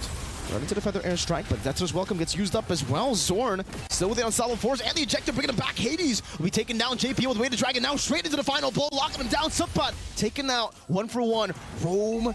No, it's a jungle for the XP as JPL looks for more, but he doesn't have the Way to Dragon. Seems they're just trying to contest this purple buff, not letting Chibi get it for free, forcing at least a Retribution out of him, and they will be able to do so. Okay, gets his buff, but you know, then again, it's just Zorn was able to toss Hades up in the air, even with the fully stacks, of course. Fun to see a fully stacked Barretts be thrown over the head. But with that, items fall into place, of course. Like we mentioned, Thunderbelt is there for Sapat. Over on the other side, though, you look at the build Diablo's going with. And that's why he's such a threat. He's also, yeah, he's got the Sky Piercer now, too. And so at this point, they got to lock down Diablo somehow. They have to be able to survive, too, that Petrify combination with the Electro Final Blow. It looks like right now, though, HomeBois wants to set their eyes here on this top side, but look at the response, Diablo and Hades. Final blow. Zorn, you're not going to be able to spot him. Nets Gonna be caught in the Petrify, forced to Purify. Diablo still chasing it again. One last flash should do it. He finds it. But Nets is able to escape now. The re-engage from Sapot as he finds the Vengeance. Diablo unable to escape from Chibi's. Tempest Ablaze, but Nets is welcome. Catches him now. It's gonna be JP all the way to Dragon with the Flicker as well. Now Sapot chasing Curtizi, finding the Vengeance, and continuing this onslaught with the unstoppable force by Zorn. Vanix unable to find the shots, 2 for 1 in favor of HomeBois. Again, a back and forth between both. And it looks like I was saying, Diablo would be able to get a kill there, but you know, maybe that's also just that change that we saw from the Skypiercer where, you know, that little extra percent does make a big difference because he couldn't get it to proc against Nets. So Nets also great job at staying alive there. Final slash. Great pull back onto Vanix. The Purify gets him out for a bit, but Sword flickers forward, gets the ejector into the missiles, and takes the gold lane down. With the thumbs up to add salt to the wound. And now Lord is up here. Vanix is not part of the picture right now. HomeBois full force. Diablo will make his way now for the fight. They're going to have to fight it out. Another unstoppable force, this time cancelled out, but a death is welcome. Diablo in the back line still trying to go for a flank right now. The final slash will be used up. Now Diablo chasing Udil, still able to escape Nets, going back to save him. Diablo on the chase on the Chibi as Hades gets taken down earlier. Sapot in the midst of it all, JPL, the Jikundo, but Sapot flickers out of it.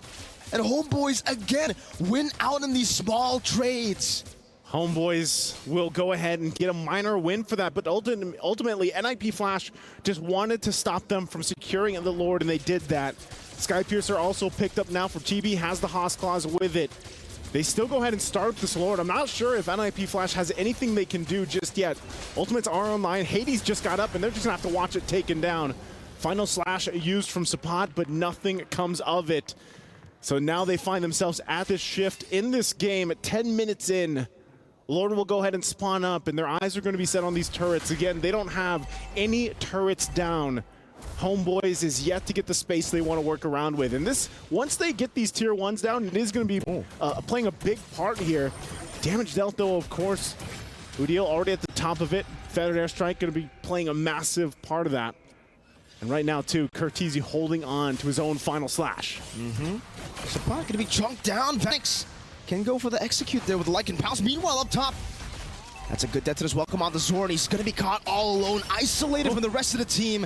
And Vanix picks the kill up. Bottom lane, Lord still marching down freely into the tier 2. And it should be the Lord taking the tier 2 down in the bottom lane for free. Diablo finally reaches it, but it's a bit too late to save the tier 2. Yeah, at this point, hold on, Sapot. Is he going to go in? Stun, Purify out from Vanix. JPL cancels out the Feather Airstrike, but will be flickers to the wall. GB chases him. Diablo eye for a 9, almost canceling. Final slash, Curtizi finding 3, but now gets gunned down by Nets. Vanix looking for the trade, finding it. 2 for 2. In the 11th minute, it is still 50-50. If you didn't want Game 5, this is what you get. This is the back and forth we've had throughout the series, and now Game 5 as well. With everything on the line, comes down to the back and forth. Relatively even, but man, someone has to deal with Nets. Has this Wind of Nature now locked in, has the 3 items he needs. Vanix gets caught, unstoppable force, still trying to deal some damage, but Nets, his damage is enough to take him down. With no Purify, Zorn can do whatever he wants. Who's gonna deal with Nets? That's the question NIP Flash has to answer here. Again, great usages from, I mean, even from Curtizi. We've seen him use the final slash. We've seen him use the Feathered Airstrike.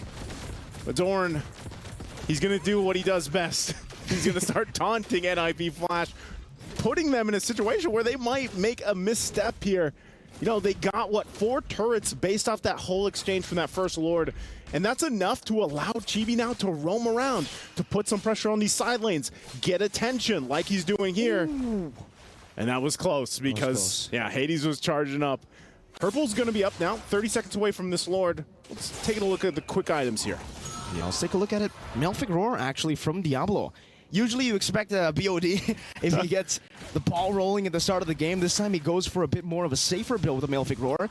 But now it looks like he's on the way to the BOD. So he's only just delayed the BOD. He didn't actually cancel it all the way. There you go. There it is. Locked in now for Diablo. Mid lane. Sapot with a flickered final slash. Finding Nets as well. Curtizi in the midst of it all. Now the ejector finding JPL. He's able to get the Jikundo, but Diablo gets Nets. It's a good shutdown. Chibi getting munched on. Vanix in the back line. Still able to isolate everyone away from Chibi. who gets caught, and NIP Flash, they found the best possible target to go for the Enhanced Lord. No jungle for HomeBois. No jungle, it's up to Zorn and Udil. Sapat in trouble. Now with the Phantom Slash called, Teasy able to find the last flash of damage to take him down. Zorn going for mid-prio, NIP Flash going for the Lord. 14 and 13, 13 minutes in, and finally we have an Enhanced Lord. That should tip the game a bit in favor of NIP Flash. Finally, we have a deciding tip. STC replay here. What a team fight this was. Just zoning out Chibi. Great usage of that Daytona's welcome. Oh, you can see it. You can see the emotions as well because, man, talk about a game. And now that NIP Flash has this Lord, they're going to be marching down to the bottom side. They're going to be looking at these turrets too and fighting to put pressure on the purple buff as well. Uh-oh. HomeBois, what can they do? Chibi, he still... No, he wasn't able to go and secure it. He used the Retribution, but it wasn't enough. Hades was able to out-retry him there. NIP Flash now looking to utilize this. No purple buff on the Ling. Vanix has a Rose Gold. That's a conceal. JPL looking for the play on towards the pot possibly, but it's just zoning. Unstoppable force used up to JPL. Vanix now with a Lycan form. Jumps forward. Doesn't go for the Lycan pouch just yet. They've cracked the base open. Base turret number 1 taken down in the bottom lane as HomeBois deal with the Enhanced Lord, but it's getting so many hits down. Vanix able to shoot Chibi down from the walls, getting him low, forcing him back to base. Okay, NIP Flash, happy with that. They get a base turret down, and they take the discipline route from that. They know they can kind of take this a little bit slower. They need to get a pick off if they want, utilizing the fact that they have a Cho, but they also have to respect the fact that HomeBois can do the same thing, right? So now their eyes are set on these turrets. They want to get the rest down, make their way to these base turrets. But the fact that they got one is already a big advantage for NIP Flash to work with. So now at this point for HomeBois, it's kind of up to Zorn and also Sapat here to use these ultimates. Oh, Conceal, gonna go in? I don't know about that, Zorn. He's isolated himself. JPL just baits him, ejector vital slide from Curtizi. Straight into Diablo's damage, but Curtizi will be taken down now. Is he able to turn the tides around? Vanix continues the onslaught like a pound. Onto the back, finding a triple. Udil, the last Kage, gonna be taken down as well. Vanix is a maniac. Oh my goodness. NIP Flash. Off the decision of Zorn to go in on this Jawhead. It's only Chibi. He's going to try to cut the wave, try to buy time, but it might be too late. Now the base in the mid lane, taken down. That's a base turret. Straight into the crystal they go. Diablo with eye for an eye, tanking all the hits. NIP Flash win out the best of 5. They send the HomeBois home. You can't stop these ninjas in pajamas. NIP Flash will send the boys home, locking in their semifinal spot to face up against SRG. Again, what an amazing series to witness this day. Just like yesterday, a 5-game series to close it out. And ultimately, the best team won in this exchange as it was a back and forth. What an amazing